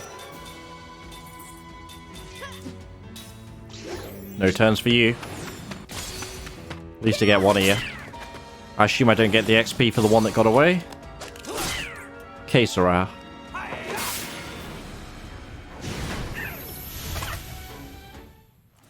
Right, we're at 46 remaining. 13 XP.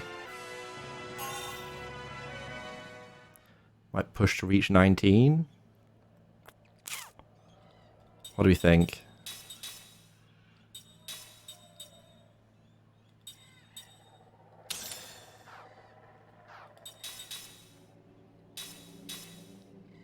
That may as well be swapped for that one.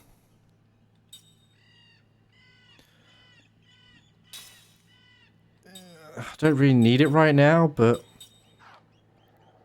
we'll leave it on.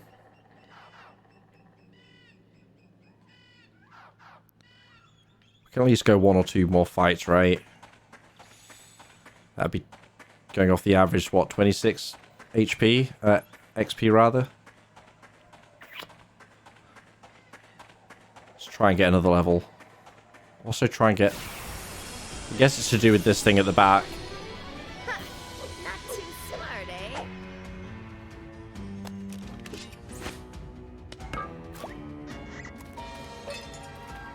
Buongiorno, boys.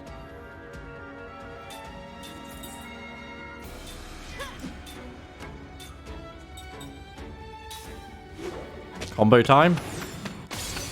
Guessing. There we go.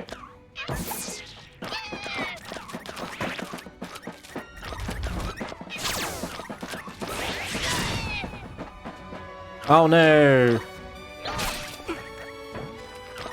All my defenses.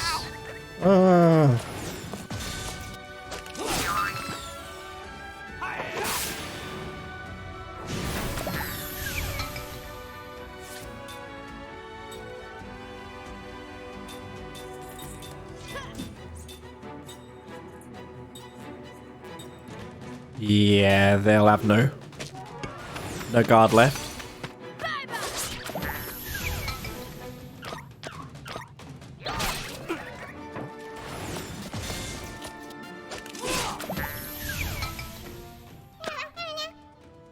This is also fine.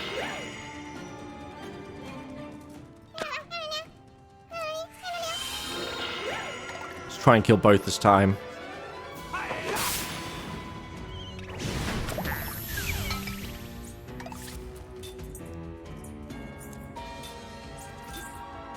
We want you.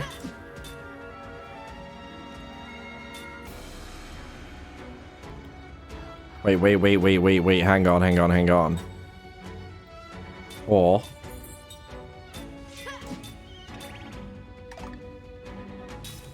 I think that. No cast from you, thank you very much. Didn't stop him.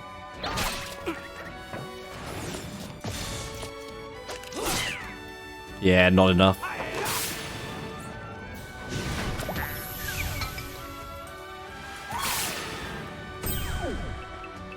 And again on Kind, please. Damn. I guess we find out what that does. Oh, it's like silence, okay.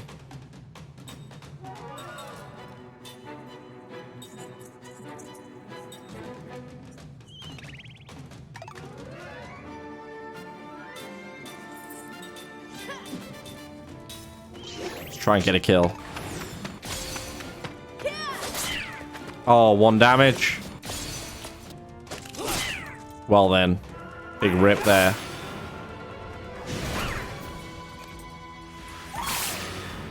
Kellalon again, please. Pretty please.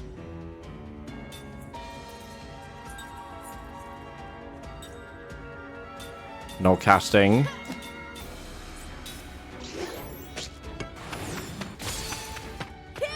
After Jansen, please.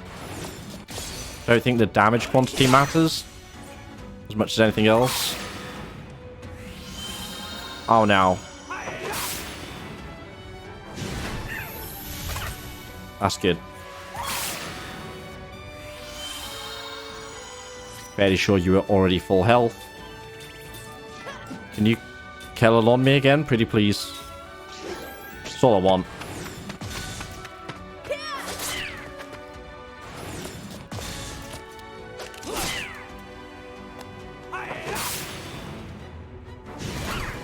At least I can keep delaying it, hopefully. Please. After Jansen, no heals.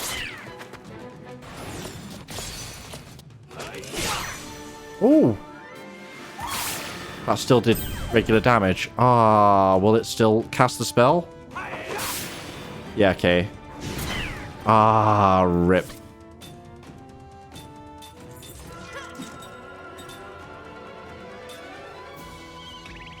I'll try.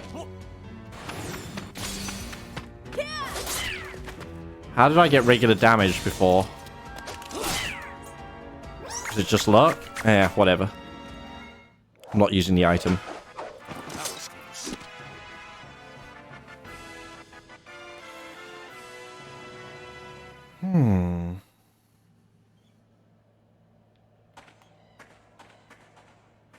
Yeah, I'm getting nothing there. Actually, I should head back because we now have no MP anyway.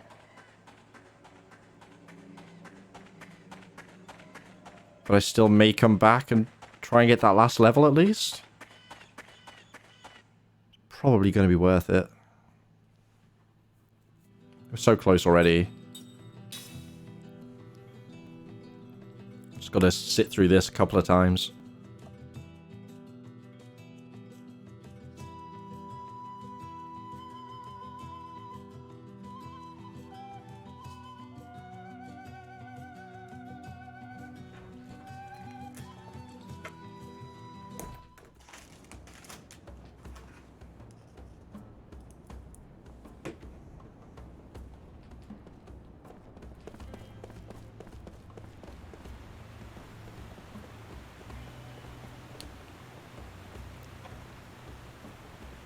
Assuming I can rest here. Hopefully it doesn't cost too much. I don't think buying more healing items is going to necessarily be the answer. Although, maybe. Maybe I should buy a shit ton. Oh yeah, that's worth it.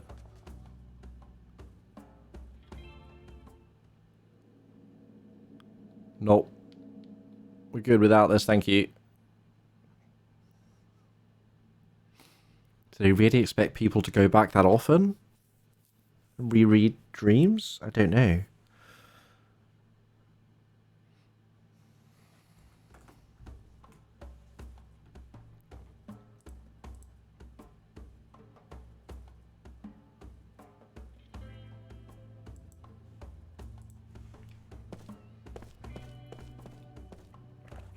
Get to loot this room though, I guess.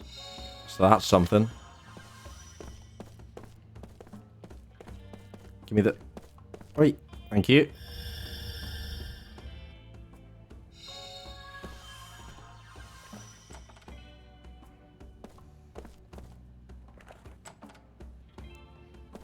Don't mind me.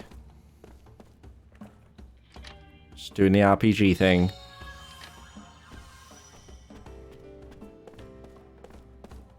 I saw the vase.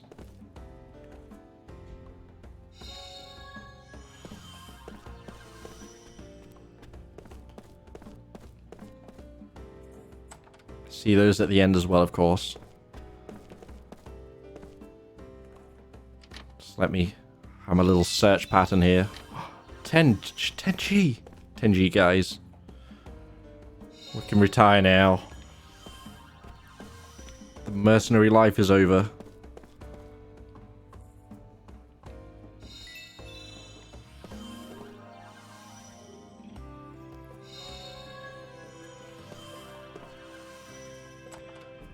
Waterfall clusters. Is that...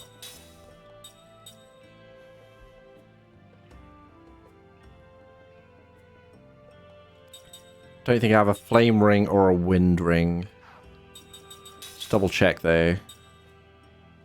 Yeah, no wind ring. We have the ground ring though.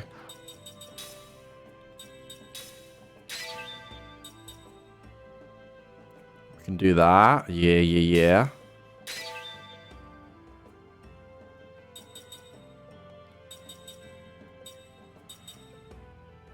Probably doesn't hurt to make extras, right? It's different items for different levels. And apart from stuff like whetstone, most things don't seem to carry between.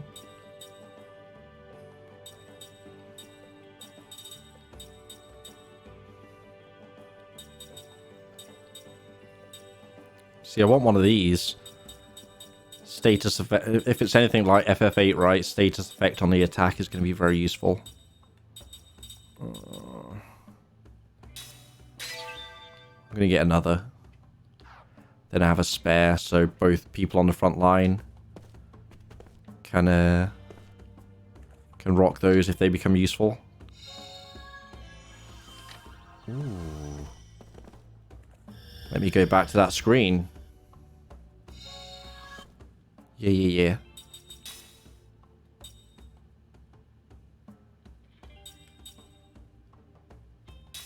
That, huh?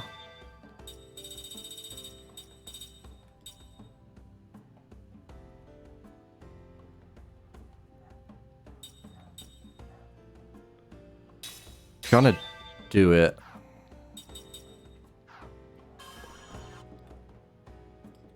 And I think while I'm at it, I'm actually just going to straight up take this off you. You don't need a ring at all for the vast majority of the time. It's doing nothing. Except stop somebody else from using it. Well, I suppose it doesn't stop them. But it makes it more of a pain in the ass to unequip it.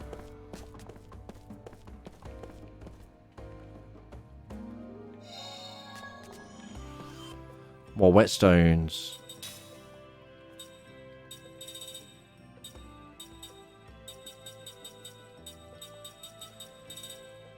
That's not something we actually have a shortage of, though. Okay. Probably be glad to have them soon, though. Once we get the other components.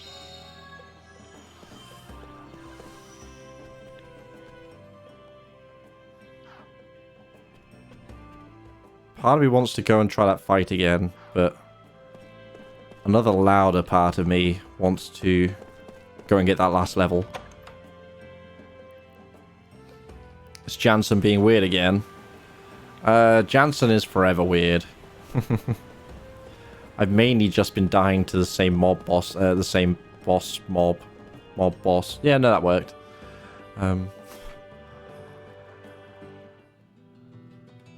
For today, I'm resorting to leveling up at the moment. We're mostly there. Although now I kind of feel like I may as well carry on here until I need a full heal again. To make it worth going to the inn and filling up before the encounter worth it. Anyway, welcome back, dude. You good? Happy Friday.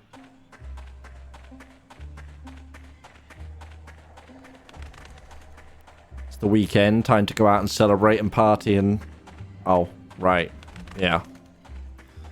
But yeah, if you're off at the weekend, it's still a bonus. I'm off tomorrow. I always get one day at the weekend. I seem to be getting Saturday lately, but usually it's Sunday. I don't mind. Not like I really care about working Sunday.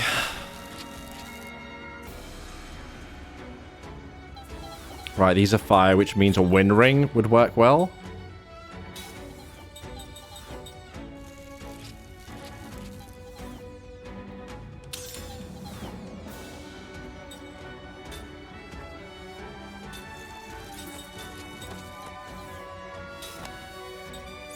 And maybe the Bruiser Ultra.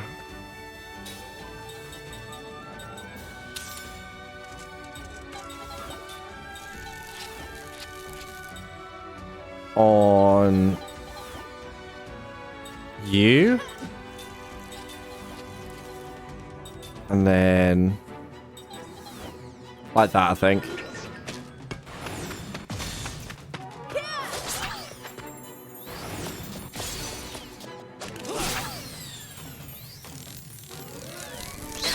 Yeah, I've been wondering that. Her icon, her hair looks kind of silvery blue. Which matches maybe some of the highlights in her hair, but... yeah, it's definitely odd.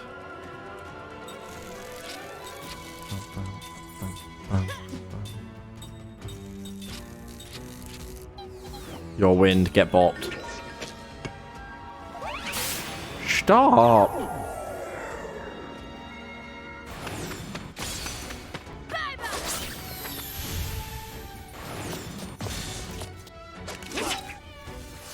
Really?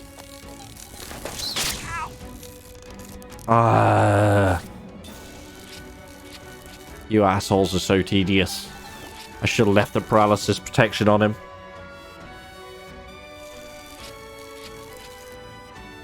Right, you can do that then.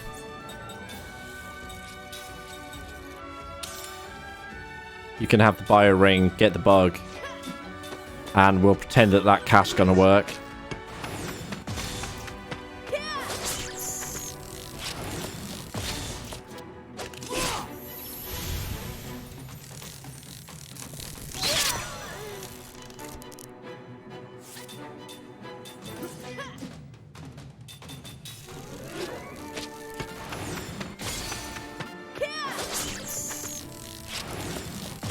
Die, please. Thank yous.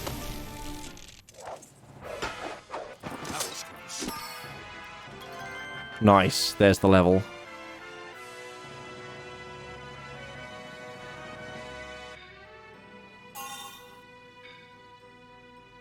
Alright, it might be time to retry that fight now. Also... not likely to make use of it, but we may as well learn that level 3 black magic.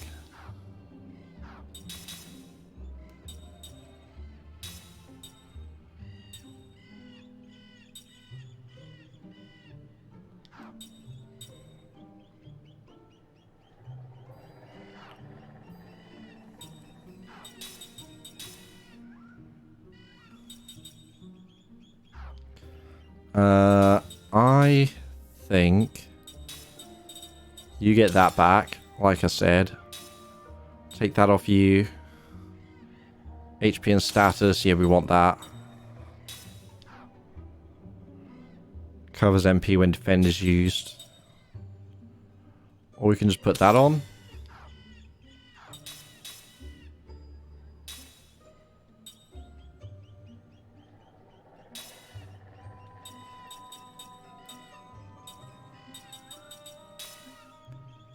May as well have the relax, I guess.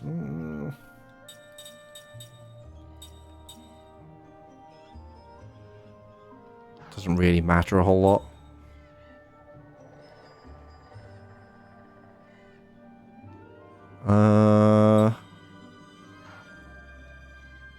Think we're good.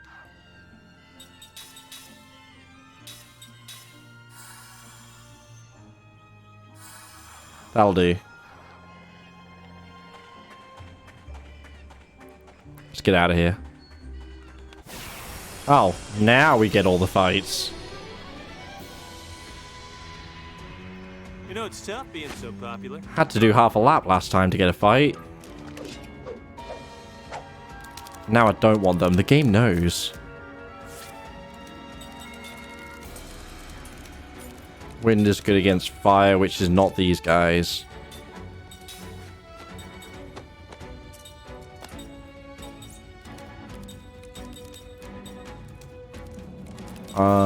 Yeah, I don't have a fire ring still.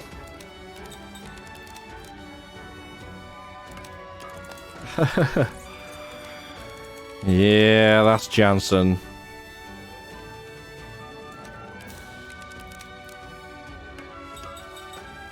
Ah, that's what I was looking for. Just give me more damage.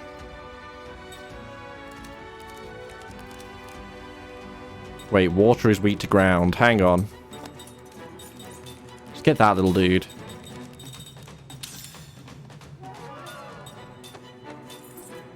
They are organic, so we'll do that. And a fire spell. Ought to be good here. No casting.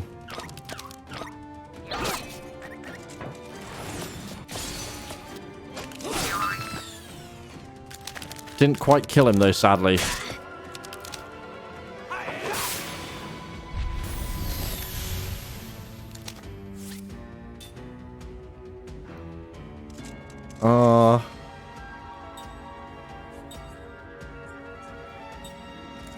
I guess we finished the little dude.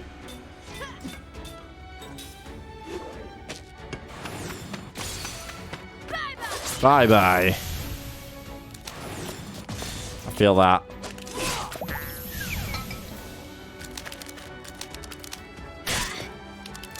How much money do we get from these fights, actually? Part of me kind of wants to go and rest at the inn anyway. Although, I'm not sure it's necessary. 300. Yeah. Definitely. Definitely still making good financially. What did we just get?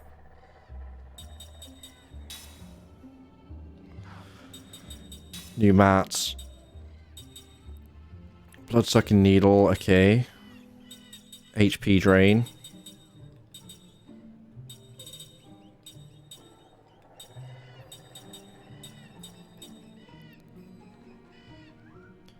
It's for magical enemy, okay.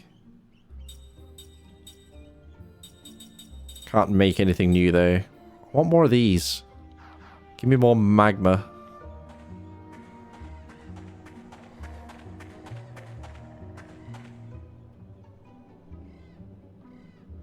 Did that really give us a whole 4 XP? Seems to be actively stopping me from getting even close to overleveling. Right, you know what? I'm going to rest up. If we're going for... I was going to say round 2. Session 2 is more applicable, I guess, on this fight.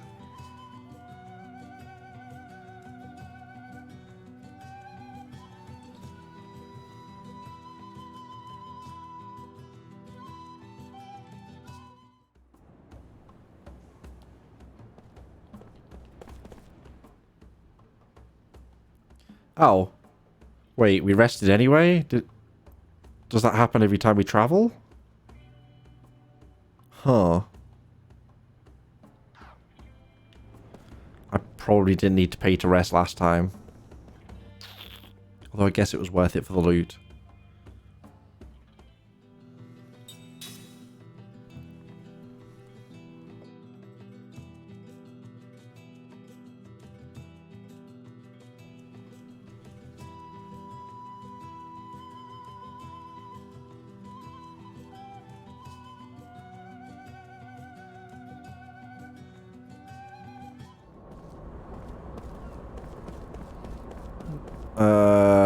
Not saved in a hot minute, come to think of it.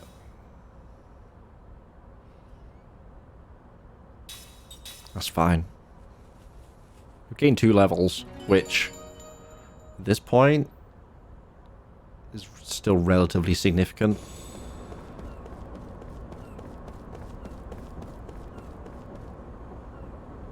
Let's go see Mac and...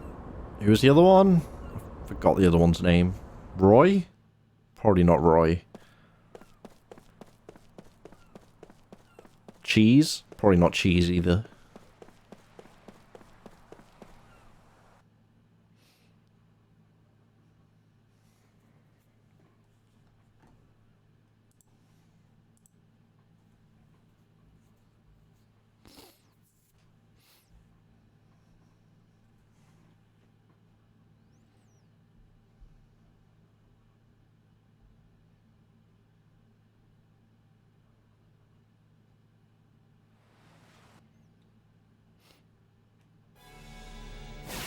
Kind of wish the glasses didn't physically show up on his character, to be honest. Never mind.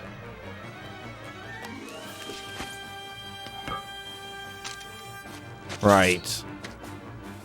I wonder how long your chivalry will last. None and none.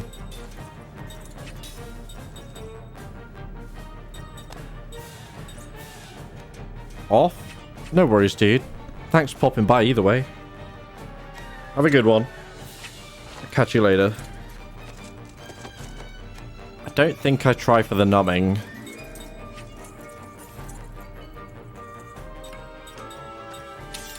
Bruiser? Can we get a kill on this one? If we can thin their numbers at least, that's the start, right?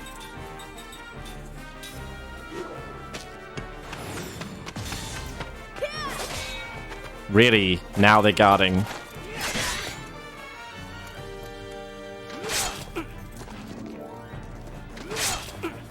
Only the one that I was attacking is guarding. Wait. He guarded and then attacked. The fuck?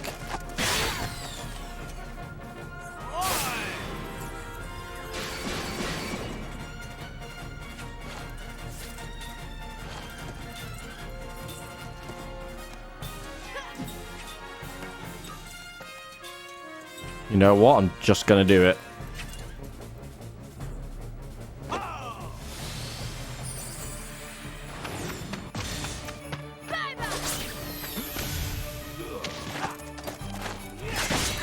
This is fine.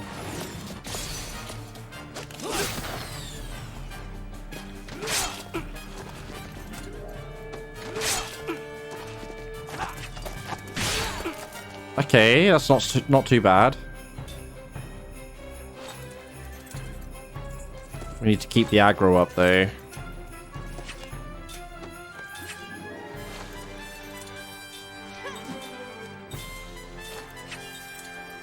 Let's try that.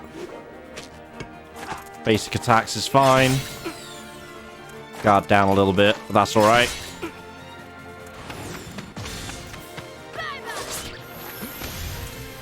Just one less attack coming our way. Fuck off.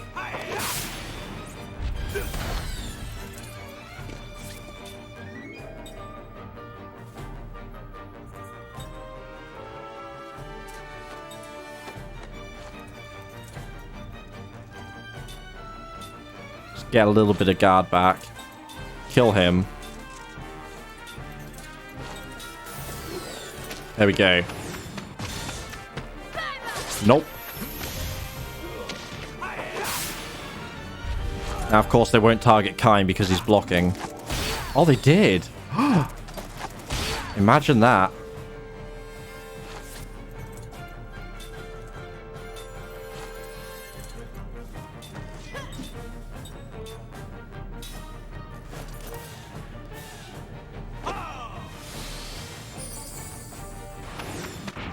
Damn it.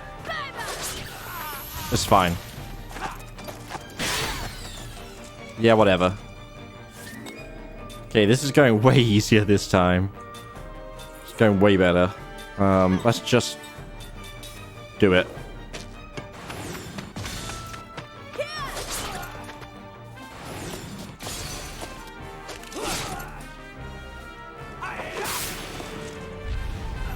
Oh my god, that was so much easier. I don't know if that would have gone as well had I not mashed my face against it earlier, but it was good. It was good.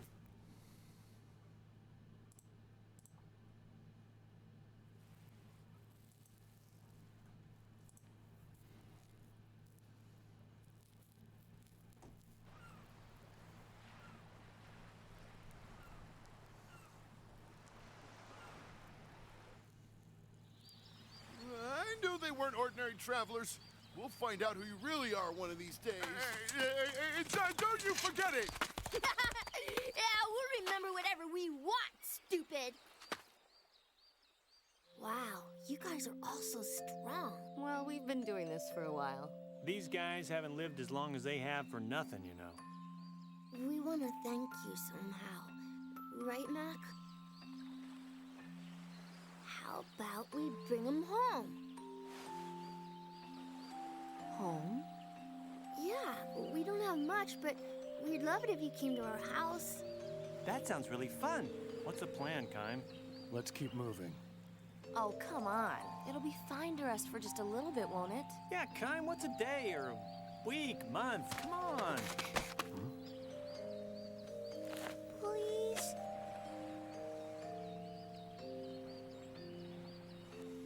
Well, that settles it. Why are you in such a rush? You got nothing but time. Kime.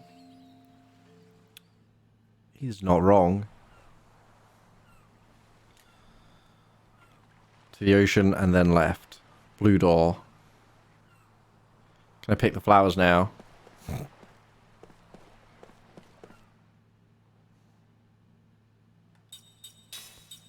Just in case.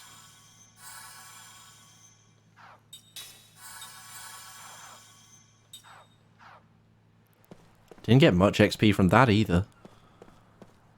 Yeah, game seems determined not to let me overlevel.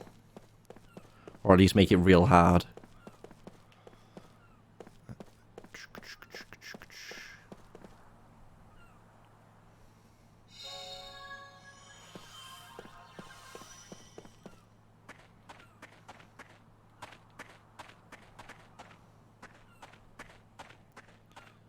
I mean, that's clearly something, but not for me.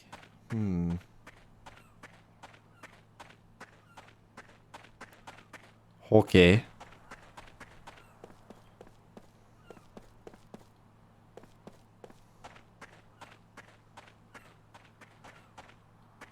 Yeah, those white branches or whatever they are on the ground seem to signify something. But yeah, I guess we can't do it yet. That. Oh my god, I remember that. I think this is the source of my problems. In my old run through.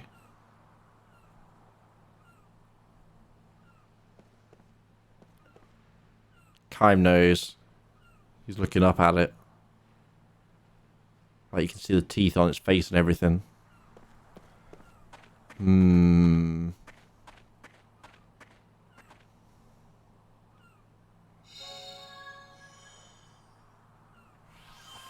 Anyway.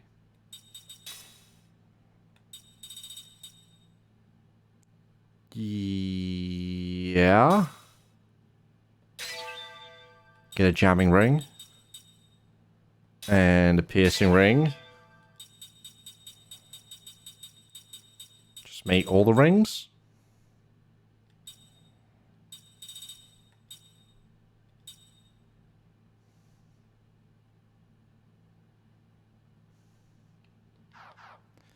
That'll do.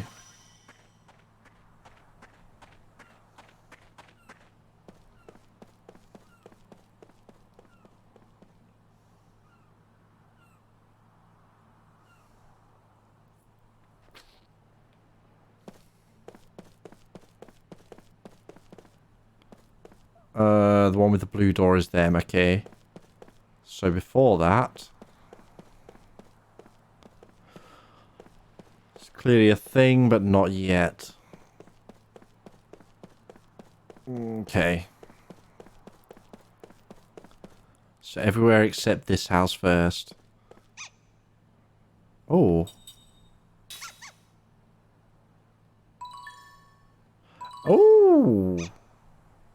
Oh. Hello. Finally.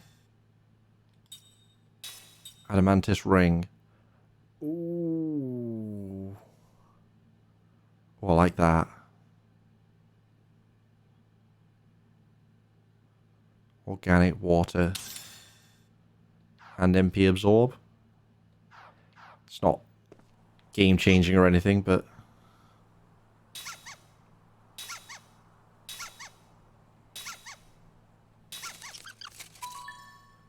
Four of those for a healing herb.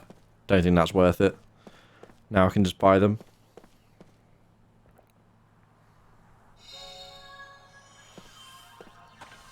More seeds. I'll be back to that little pot buddy soon.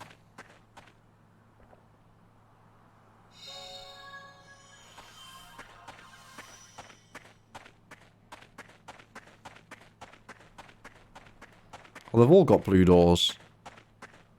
What you on about, kid?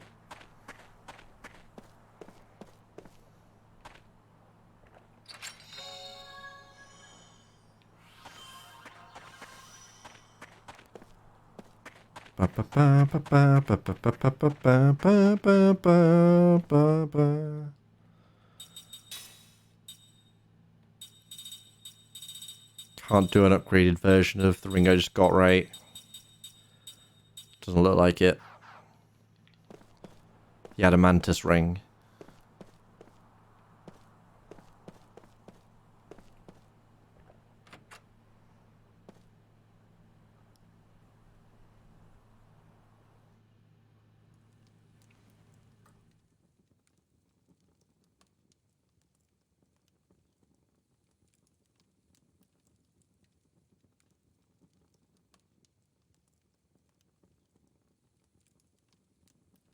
Cook and Mac. Okay.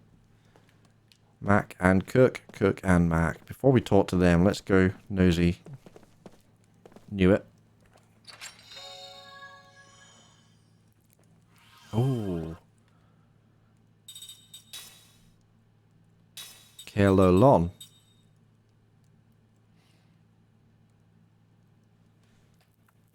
Or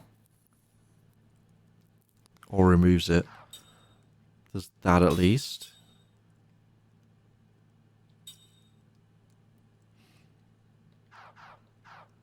If only that stuff worked. When you actually want it to.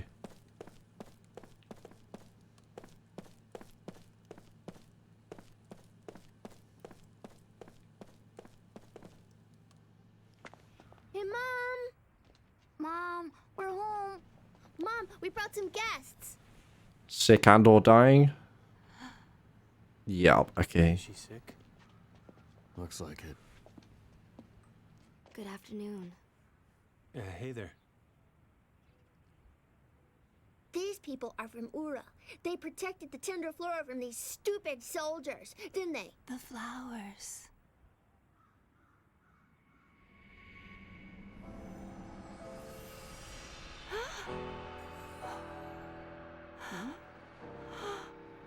Wait, he knows her? What's wrong? Mom? She knows him? The flowers. Wait, don't tell me that's his daughter.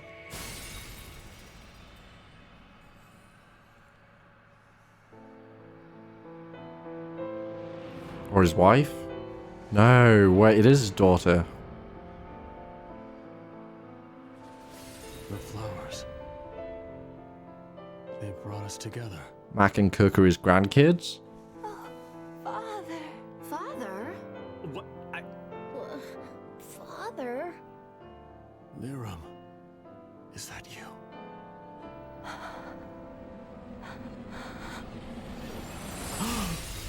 Oh.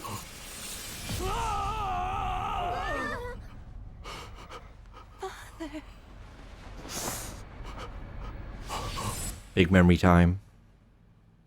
Alright, I'm down for this. Let's see what happened. Had the little snippets. There he is, Gongora. Knew it.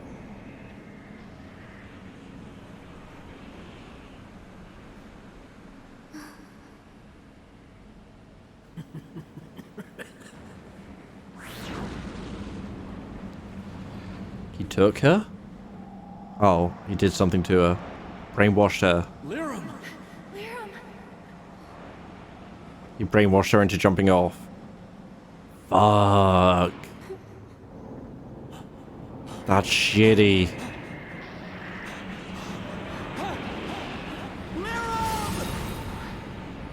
So he has something against Kime, clearly, because you don't do that kind of thing to someone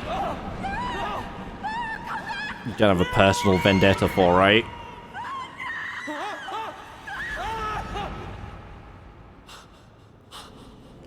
Kime's 1,000 years old. This is also not that long ago. But yeah, Gongora hasn't aged either. So he probably is also an immortal. You survived. Kime, your memories.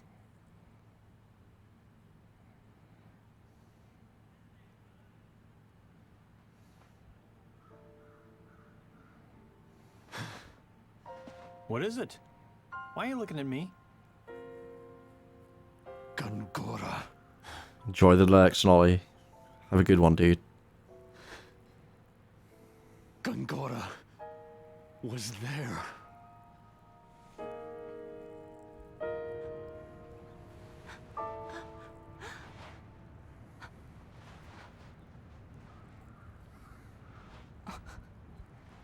I've missed you so much. I'm so sorry. I couldn't save you myself. Is Mom? I don't know. I haven't seen her since. Sarah. I have to find her. She doesn't even know you're alive. I don't have much time. Cook. Mac. Come here.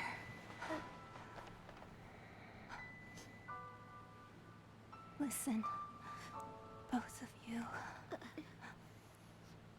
Kime here is my father.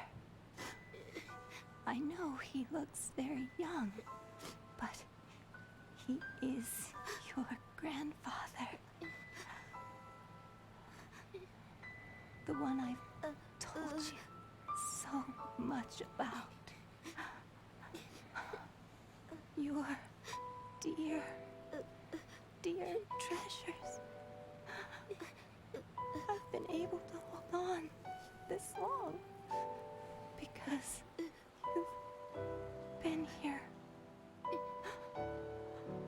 Mom? Father, take care of them. Please. Of course. Father, there's something I've always wanted to tell you.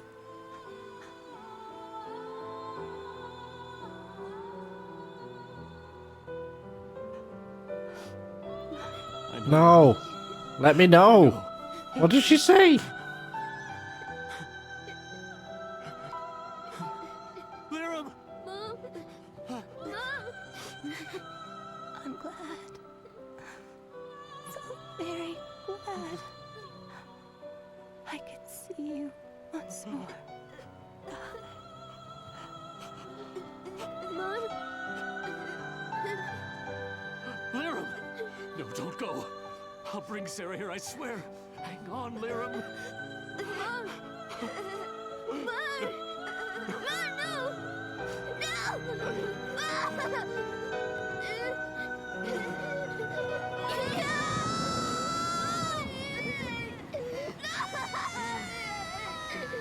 Wake up!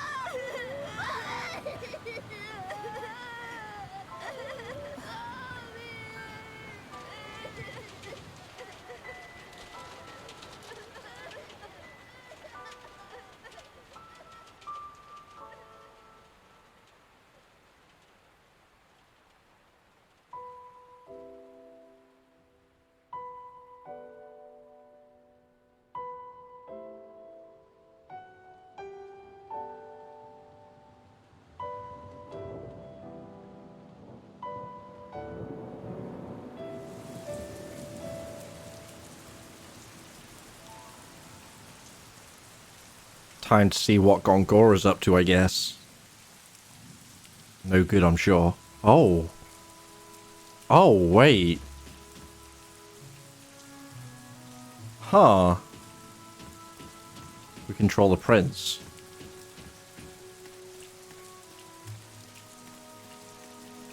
Meow.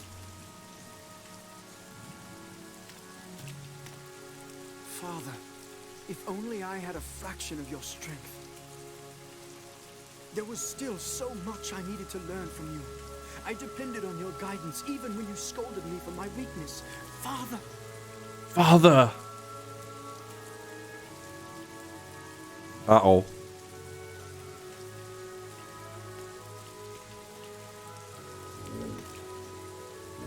Fight time? What is this? Fight music. Oh, that's what Matey was summoning, wasn't it? So he helps the... Oh, he's threatening him to... He's doing this to make him feel threatened. To acquiesce to Gongora, right? Although it doesn't work if he dies. End the battle. Interesting. Oh, here we go. Powerful and damaging attack. Yeah, we need to learn some of this on our immortals.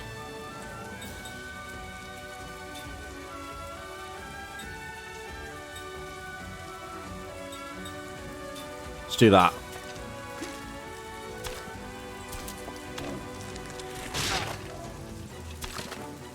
Oh, they're so slow.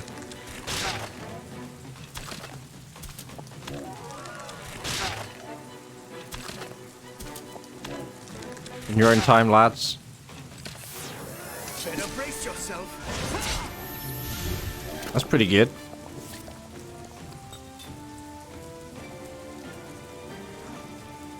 Can't equip, of course.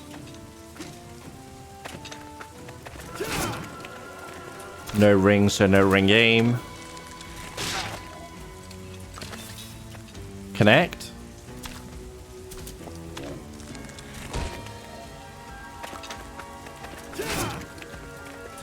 Oh, for crying out loud. Alright.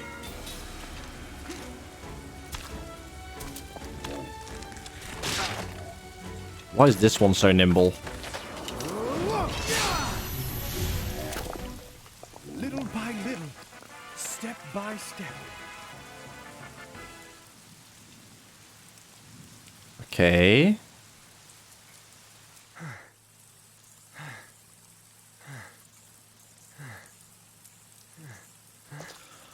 Gongora?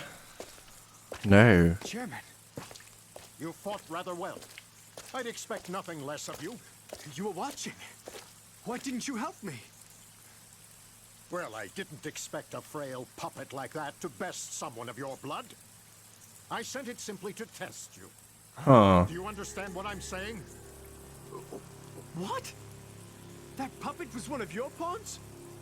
Why would you do something like that to me? Because I do not wish to see the throne restored. Gongor is glamored as this guy. Wait, was the poison soup you're doing? Chairman, answer me! That face.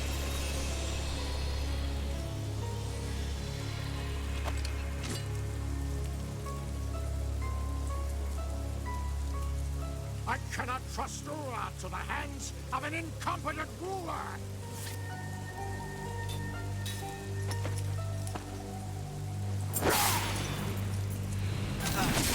That's why you tried to kill me. As long as a member of the royal family exists, dissidents will try to restore the monarchy. The royal bloodline must be extinguished. Just by being alive, you give those dissidents hope. I can't attack.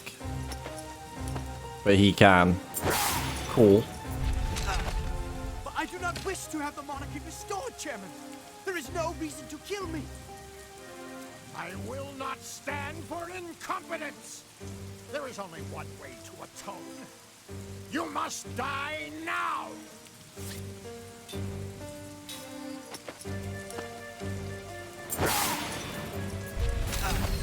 Chairman, this is madness.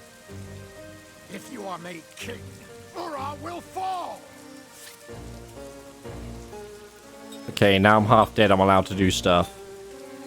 Cool. Let's go for that. I see no other way than to fight. Forgive me, Chairman.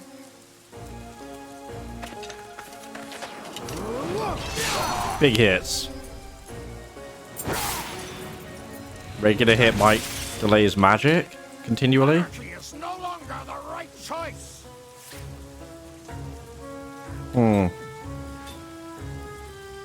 Let's try. I think he's nearly dead anyway. He was slouching. Yeah, there we go.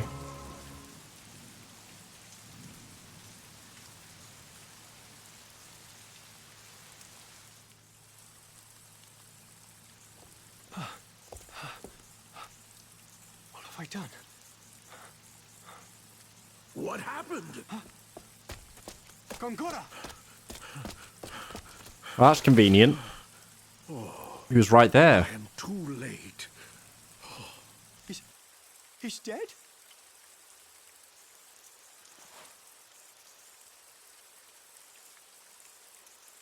I had no choice. The chairman was trying to kill me. I know. I know everything. All right, let's deal with this calmly, Your Majesty. Please, don't panic.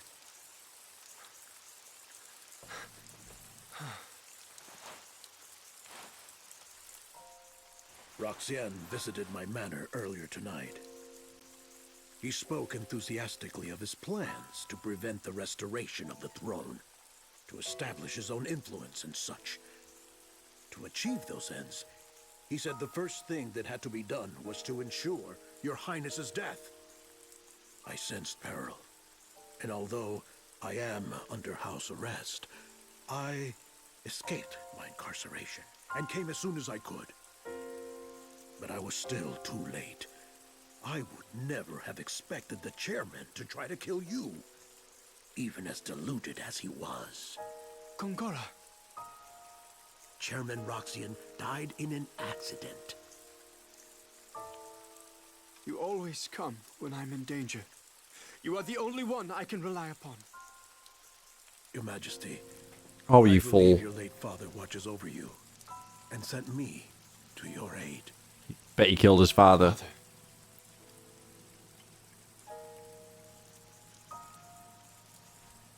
Let us go now. I will handle everything. Your Highness will not be suspected.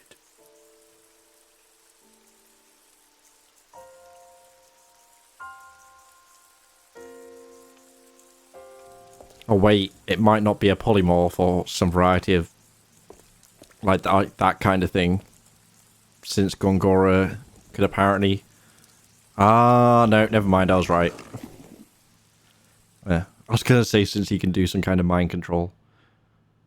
But maybe that's just for young girls.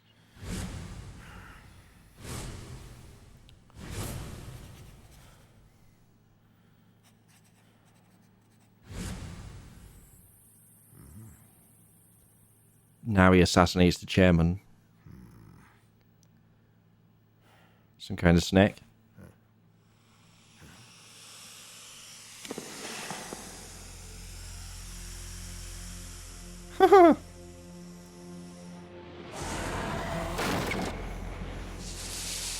That's one mean looking snack.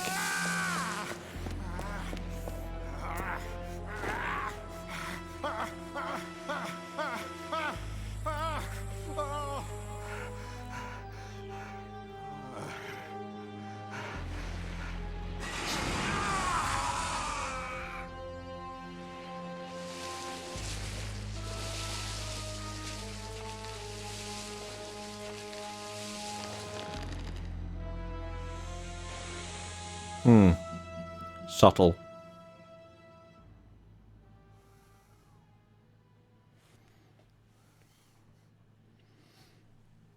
Very, very subtle. The imagery, right? Drink this. It will calm you a bit.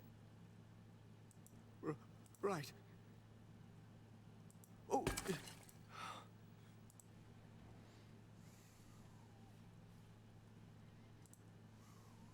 What should I do? I've killed a man! Perhaps your memory is a bit muddled. It was an accident. Chairman Roxian passed away due to unfortunate circumstances. But... The chairman fell prey to a sudden illness. It was beyond the doctor's abilities to save him.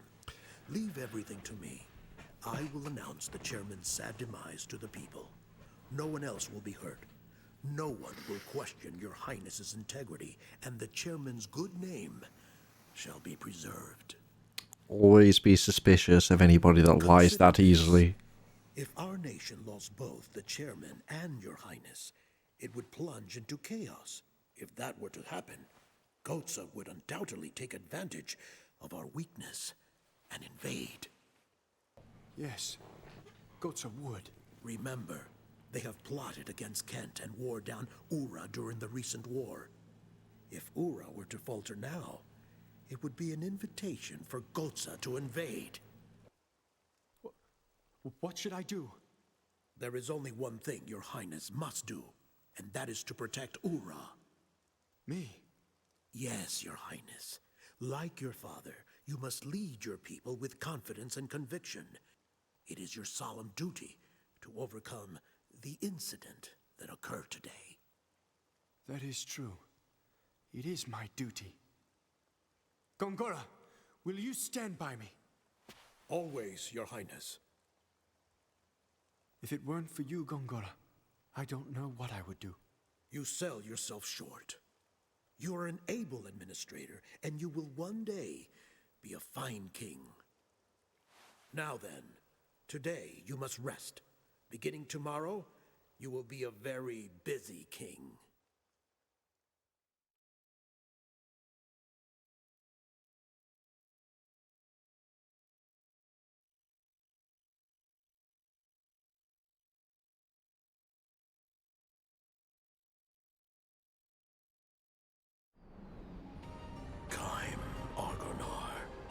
From this day forward, you are my servant. Give me a sign of your fealty.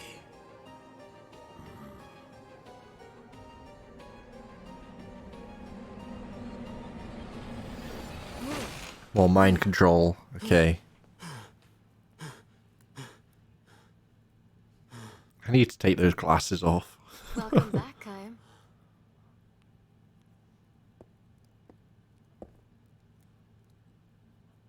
I think I'm gonna be sick. If Gongora wiped out our memories, he must be up to something. So he took our memories, instead of taking our lives. By taking away what was most precious to us, he destroyed our hearts and reduced us to empty shells. If he's willing to go that far, what he's after must be this world. The world itself. Yes. Ridiculous.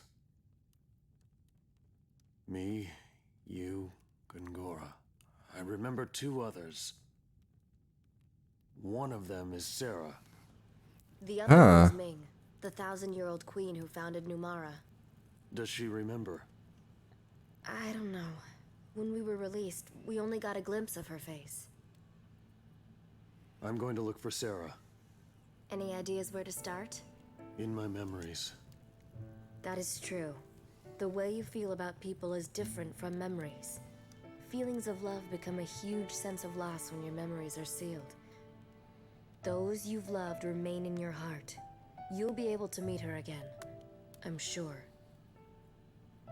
I've stumbled upon my daughter's death twice now. The first time she died, my heart was filled with despair. The second time she died, though, it wasn't despair that filled my heart. It was hope. If he won't die, I'll bury Gongora in so much pain he'll wish he was dead. That'll do it. We have all the time in the world. That's the hope that I live for. Liram helped me to live again. Oh dear. Kai, if the send-off tomorrow is too hard for you to bear... You jackass. I'll see Liram off. It's my duty as her father.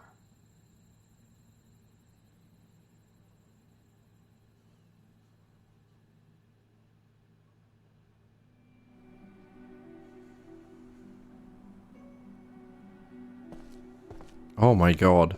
Good morning. You must be Miss Liram's father. That's an outfit. Miss Seth contacted me. I'm here to assist in sending Miss Liram off. Where's Mom going? She will return to Mother Ocean, who brought us to this land long ago. Even though her body goes to the sea, you will still have your spiritual bond with her. Spiritual bonds? Which one of these is learning spirit magic then? Yes, your souls as mother and son will always be connected. Even though the body may have gone, these bonds are eternal.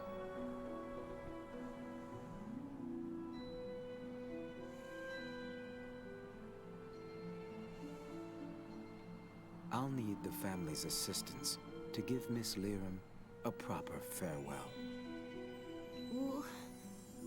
What should we do? Collect items. It's nothing difficult. We'll need flowers. There we go. Miss Liram, and torches to light the send-off flame. I understand. I'll get lots of flowers, so Mom will look extra pretty. Then, if you would take care of the torches, please.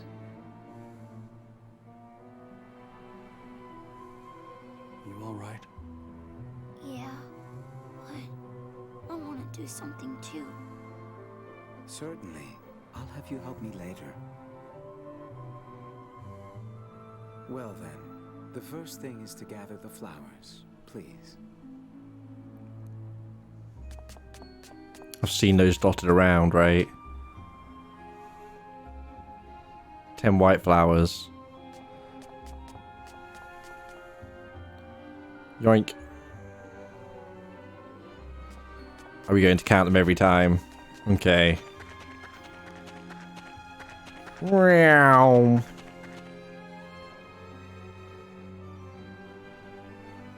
Meow.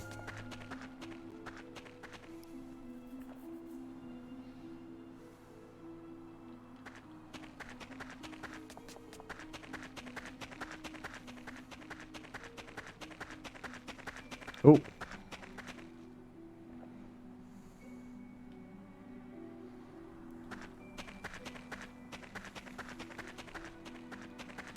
Thanks, kid. If it weren't for you, I would have lost count many flowers ago. We're at 19, right? I think it was 19. Any down here?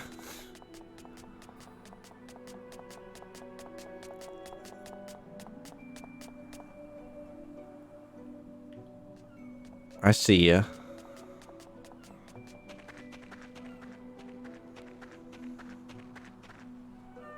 Still don't know what those white branches on the floor mean. Maybe relevant much later. Anyway.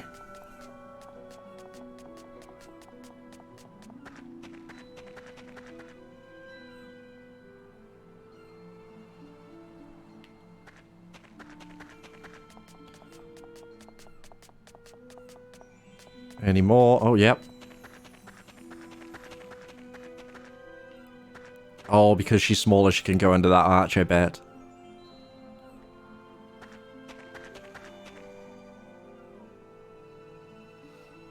Any other loot in here? No? Alright.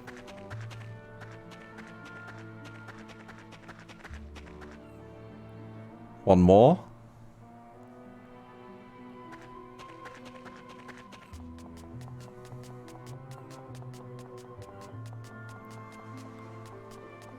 Where are we looking? One more white flower. Just check back here real quick.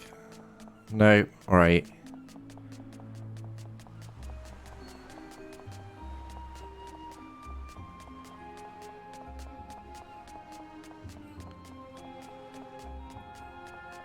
Last one's going to be hidden here.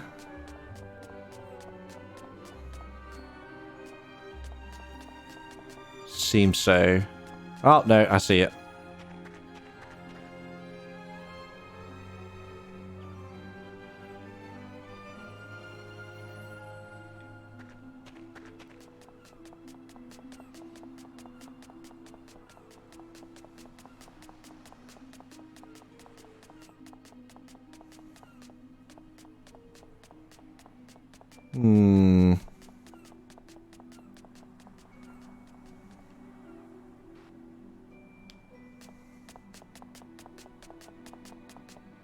I'm back. Did it.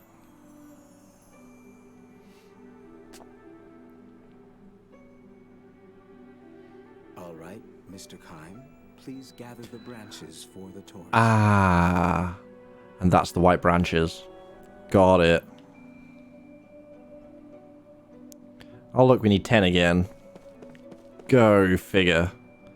Couldn't have possibly just picked these both up at the same time, could we? Yeah.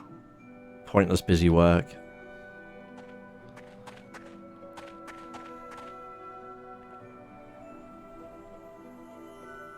It's fine. Not too heinous.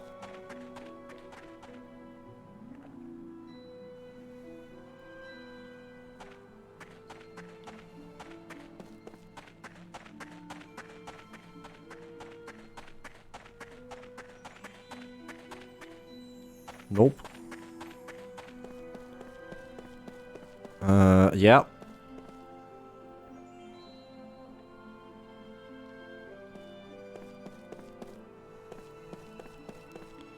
No, none that way.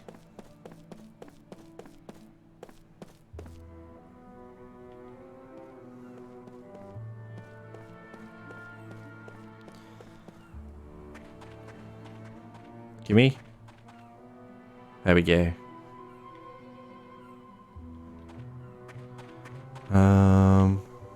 Nothing there.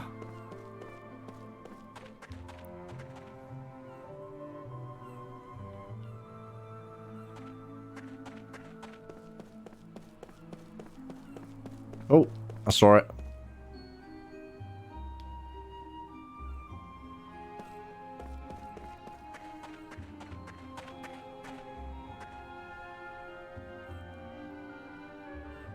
Nine. Oh, I see the last one. I assumed we'd have to go back to the other screen again.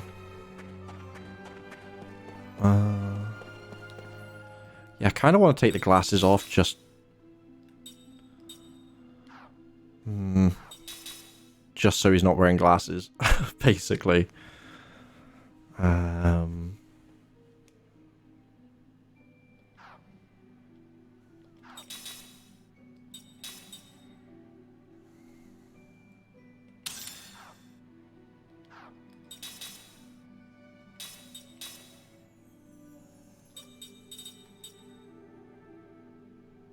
Was it that?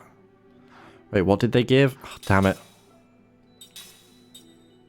Treasure analysis.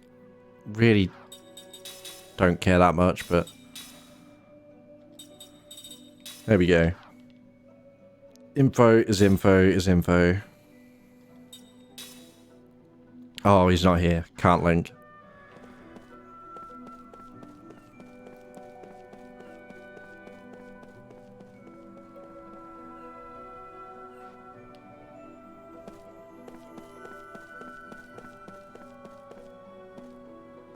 Everything is prepared for Miss Lyram's send-off.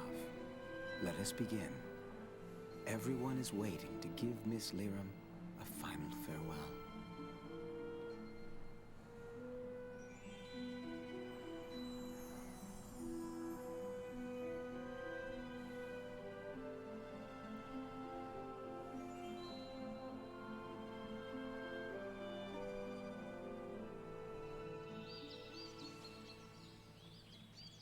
I don't see Mac around.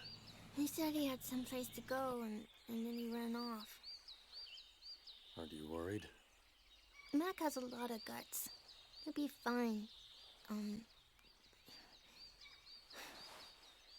your grandfather. You can call me Grandpa. Even though you're younger than Mom? Yeah. I'll stick with Kym. Saying Grandpa just doesn't feel right. Whoa. Look at that, Seth. Kym's actually being nice. Huh. Well, he is a grandfather with his grandchild. Wow. I guess getting grandchildren can really change a guy. I don't think it's quite like that. I think I've got a pretty good guess where Mac went. Where? To get those flowers. I see. See, for us, we figured that as long as those flowers were blooming, Mom would stay healthy. So you protected them? Yeah. Mac and I, we both knew that Mom wasn't well. We wanted to stay together, even if it was just for a little longer. So we would pray to those flowers every day. Cook! The flowers. What's killing him? I could show them to Mom. But they've already wilted. Huh. Those flowers. Wasn't it important to let them keep blooming naturally? Didn't your mother also say that? Well, wilting is something natural too. I thought they would cheer her up. I never let anyone step on them. Oh, you dummy. Did you think this would make Mom happy? But these are Mom's favorite flowers. And they were also there when I parted ways with Lyram's mother, your grandmother. Huh? The fact that your mother treasured these flowers was probably tied to memories of those times. Is that all the link is, or are they actually magical flowers? Would understand your feelings. Probably not.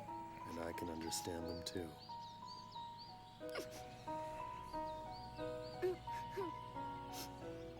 You're a good person, Mac. You're nice too, Kym. I am. Yep. I thought that about you just now. Is that so? Go show them to Lyram, Mac.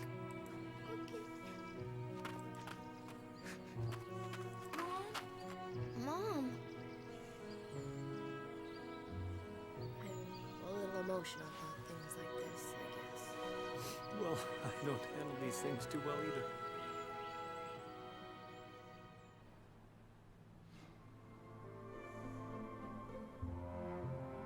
funeral time, or...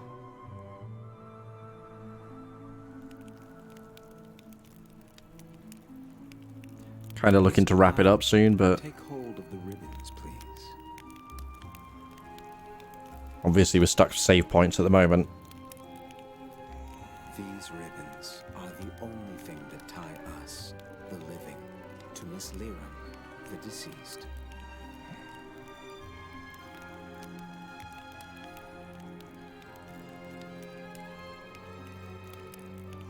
Miss Lyram must now begin her new journey. Our final duty is to sever our ties with her in the form of these ribbons. Please watch Mac. He shall give us the courage to sever these ties. That is his role. You shall cut your ties with Miss Lyram, while your undying love for her remains in your hearts.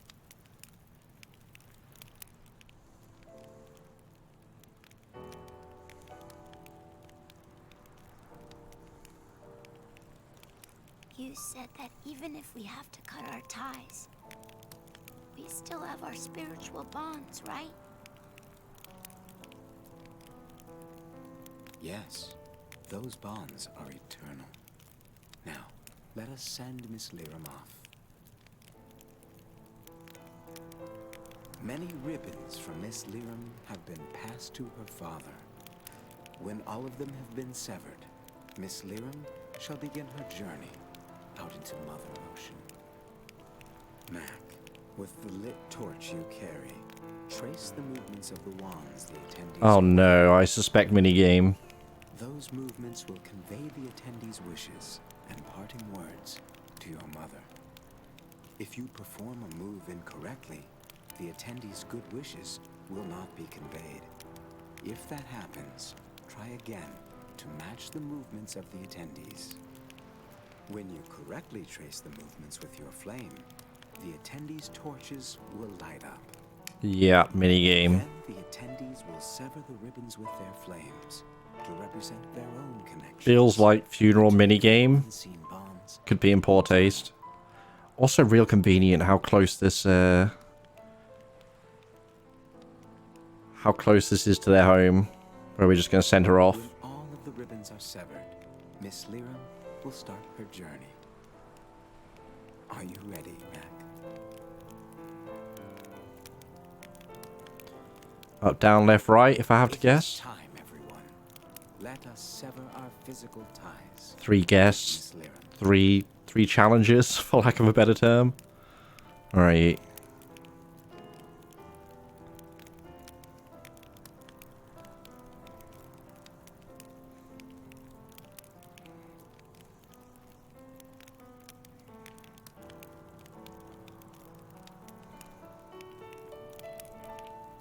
Got it.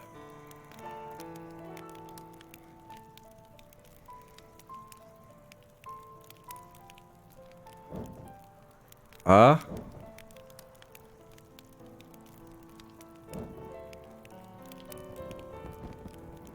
okay.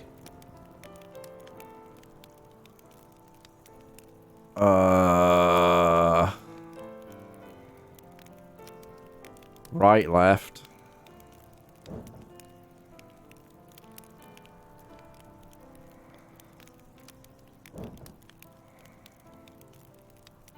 I'm doing it. Okay. Button and then fine tune. Got it. Right, left, up, down. Fairly sure the torch was lit before that, but that's alright.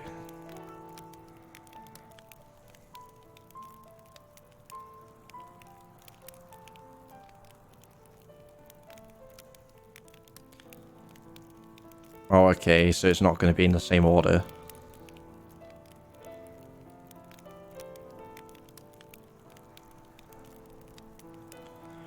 By many participants, do you mean like 3? Alright. Inappropriate minigame time, let's go.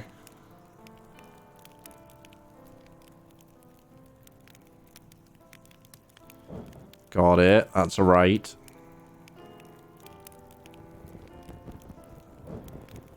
And a left. Oh, this is the same order. You lied to me, funeral director.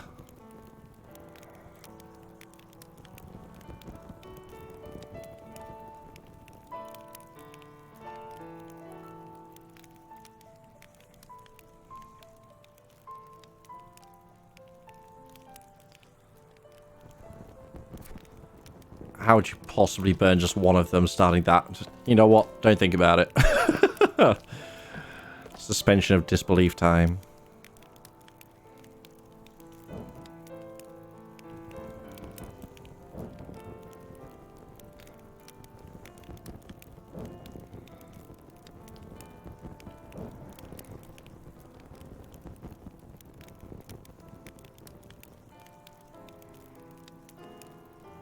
You want to show her your smile by wearing a mask. Okay. Uh-huh. Makes sense.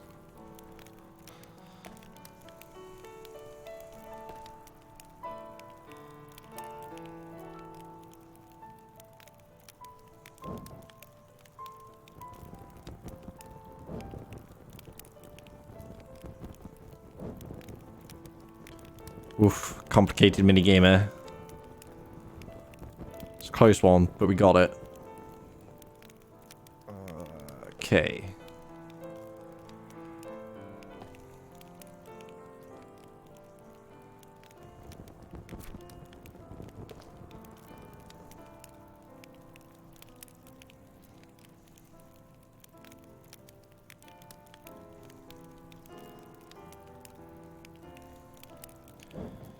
Boop.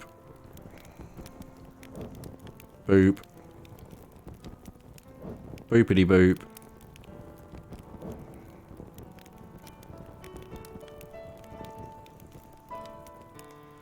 Give me big bonus item for doing that so awesome. Ultimate weapon unlocked. Shouldn't get greedy, I guess. We got the sword. I suspect weapon upgrades are few and far between in this game.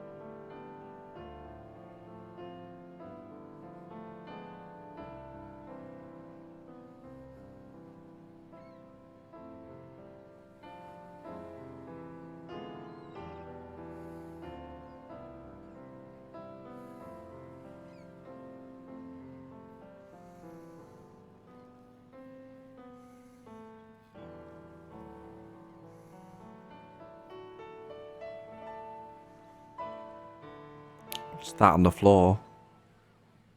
Oh, it's the pot with the flower. Mac, I thought you would have cried more.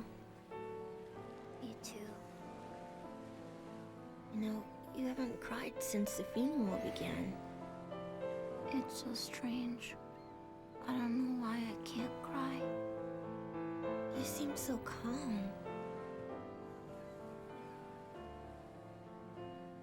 Kayun.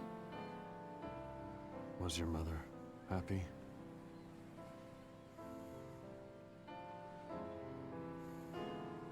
She was happy. She had lots of friends, and Dad was a really great person.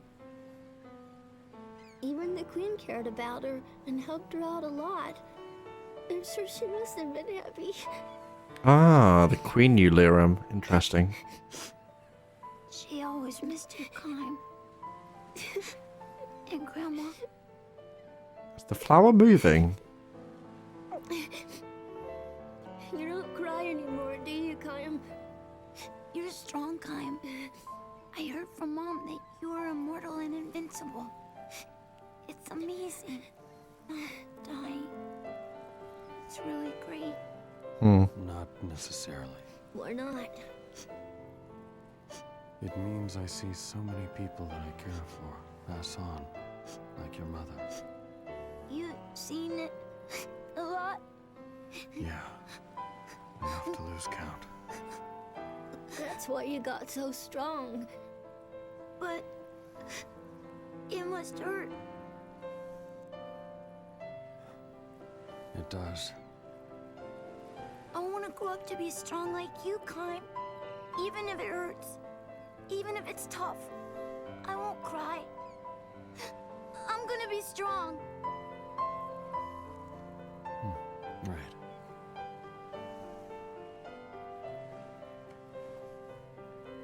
Hey, I thought they were moving. Look, check it out.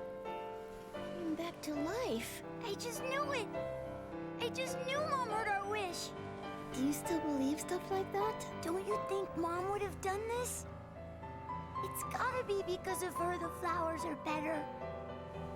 Mom is close, and she hears what we say. It must mean she's with us, Cook. That's impossible.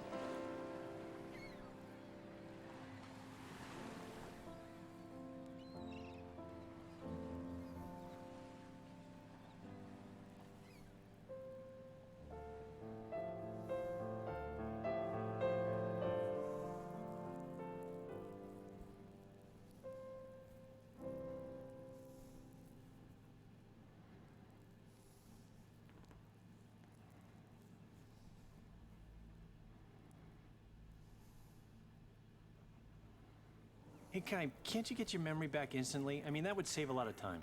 You are so stupid, Jansen. Are you for real? You don't understand. I care too. You don't say.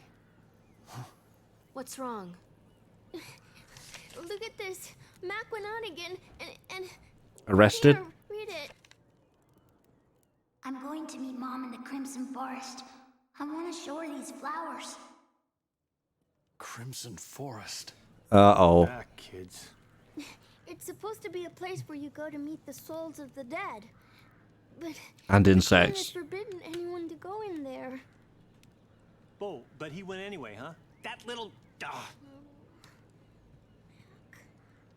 I'm gonna go look for him. Wait, Cook. Wait. It's too dangerous. I'll go with you.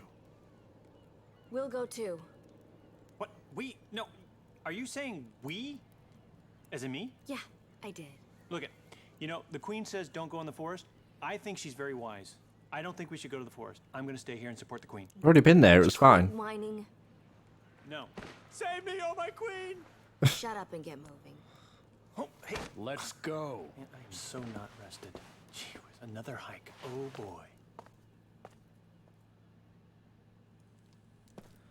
Alright, calm down, Jansen. Oh shit, Cook is in the party. Alright. Angel Heart. She's the healer. Okay.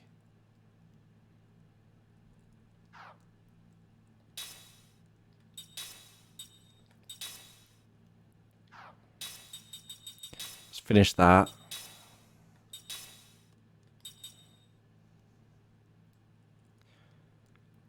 I assume that's boosting on the caster end and not the receiver. Sometimes games do it the other way around, though.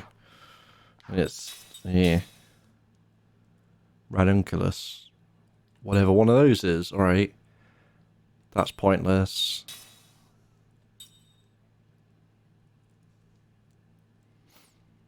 You could have some glasses?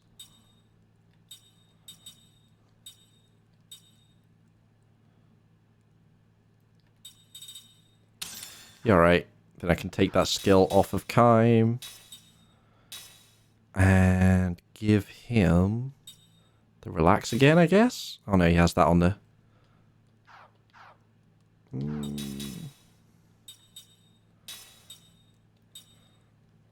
Why not? Doesn't really matter.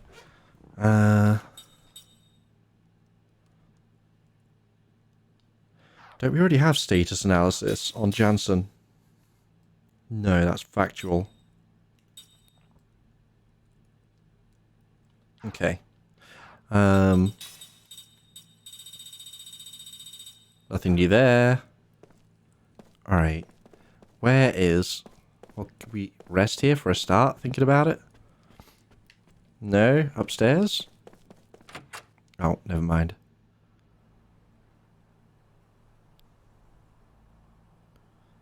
Oh, she got changed. That's some more adventurer's outfit. Okay.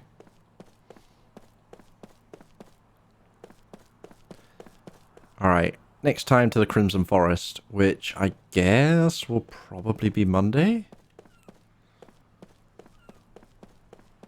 Same time and place as always. Pretty much. Oh.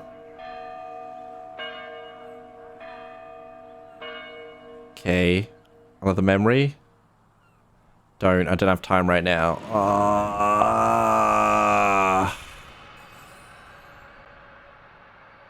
If I skip it, we'll never go back to it. Please be a short one. Just when you think you're out. Evening. Bell.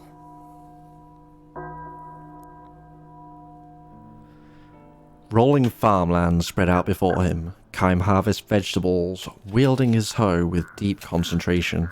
The sky on this autumn evening is a deep crimson. Looks almost like the Skywalker farmstead, or the Baru farmstead, I guess. Maybe we should call it a day, says the heavy-set woman who owns the farm. She drops an armload of vegetables into the basket. Kime nods and wipes the sweat from his brow. You're a tremendous help, says the woman. Look how much we've done. Kime responds to her praise with a slight nod. You still can't remember where you came from? She asks. Afraid not. Well, the way you work, she says with an easy laugh. I don't care if you're from the moon. Seriously, Kime, what will you do when the harvest ends? I don't know yet. I haven't made up my mind. There's plenty of work to do here, even in winter, she says. It'd be fine with me if you wanted to stay on a while longer. Thank you, says Kime.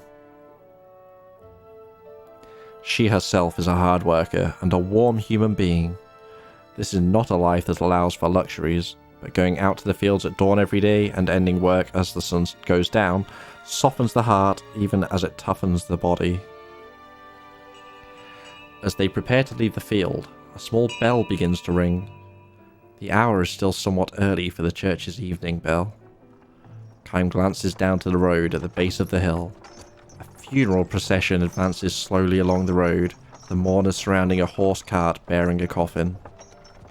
The woman sets her hoe on the ground, removes her headscarf, and clasps her hands together. Kime scans the hills to find that all the other workers on the surrounding farms are doing the same thing. Clasping their hands, bowing their heads, and closing their eyes in the direction of the passing funeral.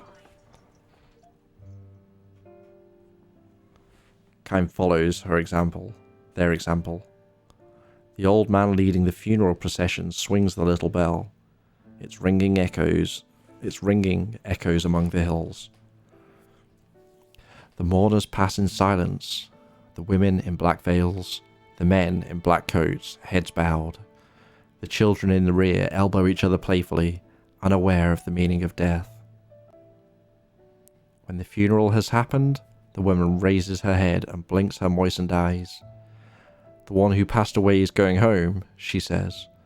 Home? Kime asks, somewhat startled. Home, to the soil, to the sky, to the sea, like all living things. Kime nods in silent recognition. How many deaths has he seen in this endlessly long life of his? All those people leave this world of ours, and we never see them again. In that sense, death is an infinitely sad event. If, however, we think that in dying they go back to their homes somewhere, a certain comfort and even joy comes to mingle with the sadness. But Kime, who can never grow old or die, can never go home. The woman scoops up a handful of earth and says with deep feeling, "Many lives have become a part of this soil. The lives of tiny living things we can't see, the lives of withered grass. If you think about it that way, our vegetables are made for us by the lives of many others." I see. Can I ask you a favor, Kime? Of course. If I should die while you're working here, would you scatter some of my ashes on this field for me? A handful would do.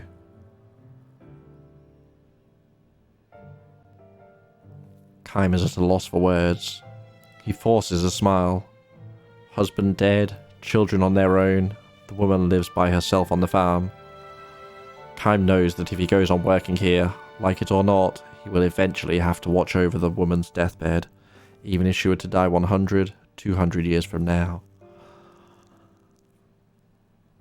The church bell rings, signalling the end of the workday. The woman clasps her hands before her as she did when the funeral passed. I have been allowed to come safely through one more day. For this I give my heartfelt thanks. May tomorrow be another healthy day for me.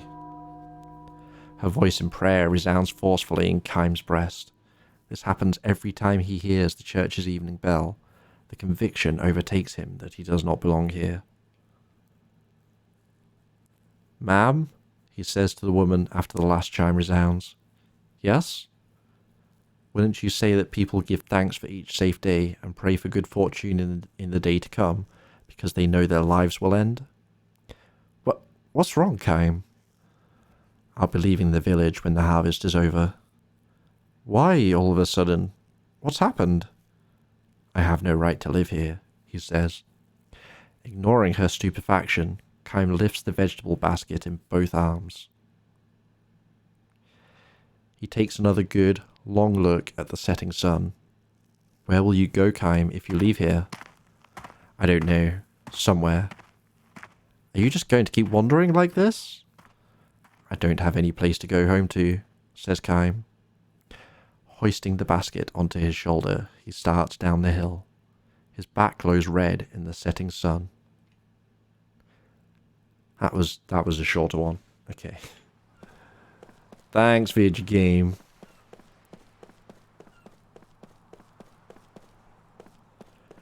Stories definitely help, because no matter how many times the game says he's lived a long time, hearing all these stories just dotted throughout his past certainly helps build that upright in your mind.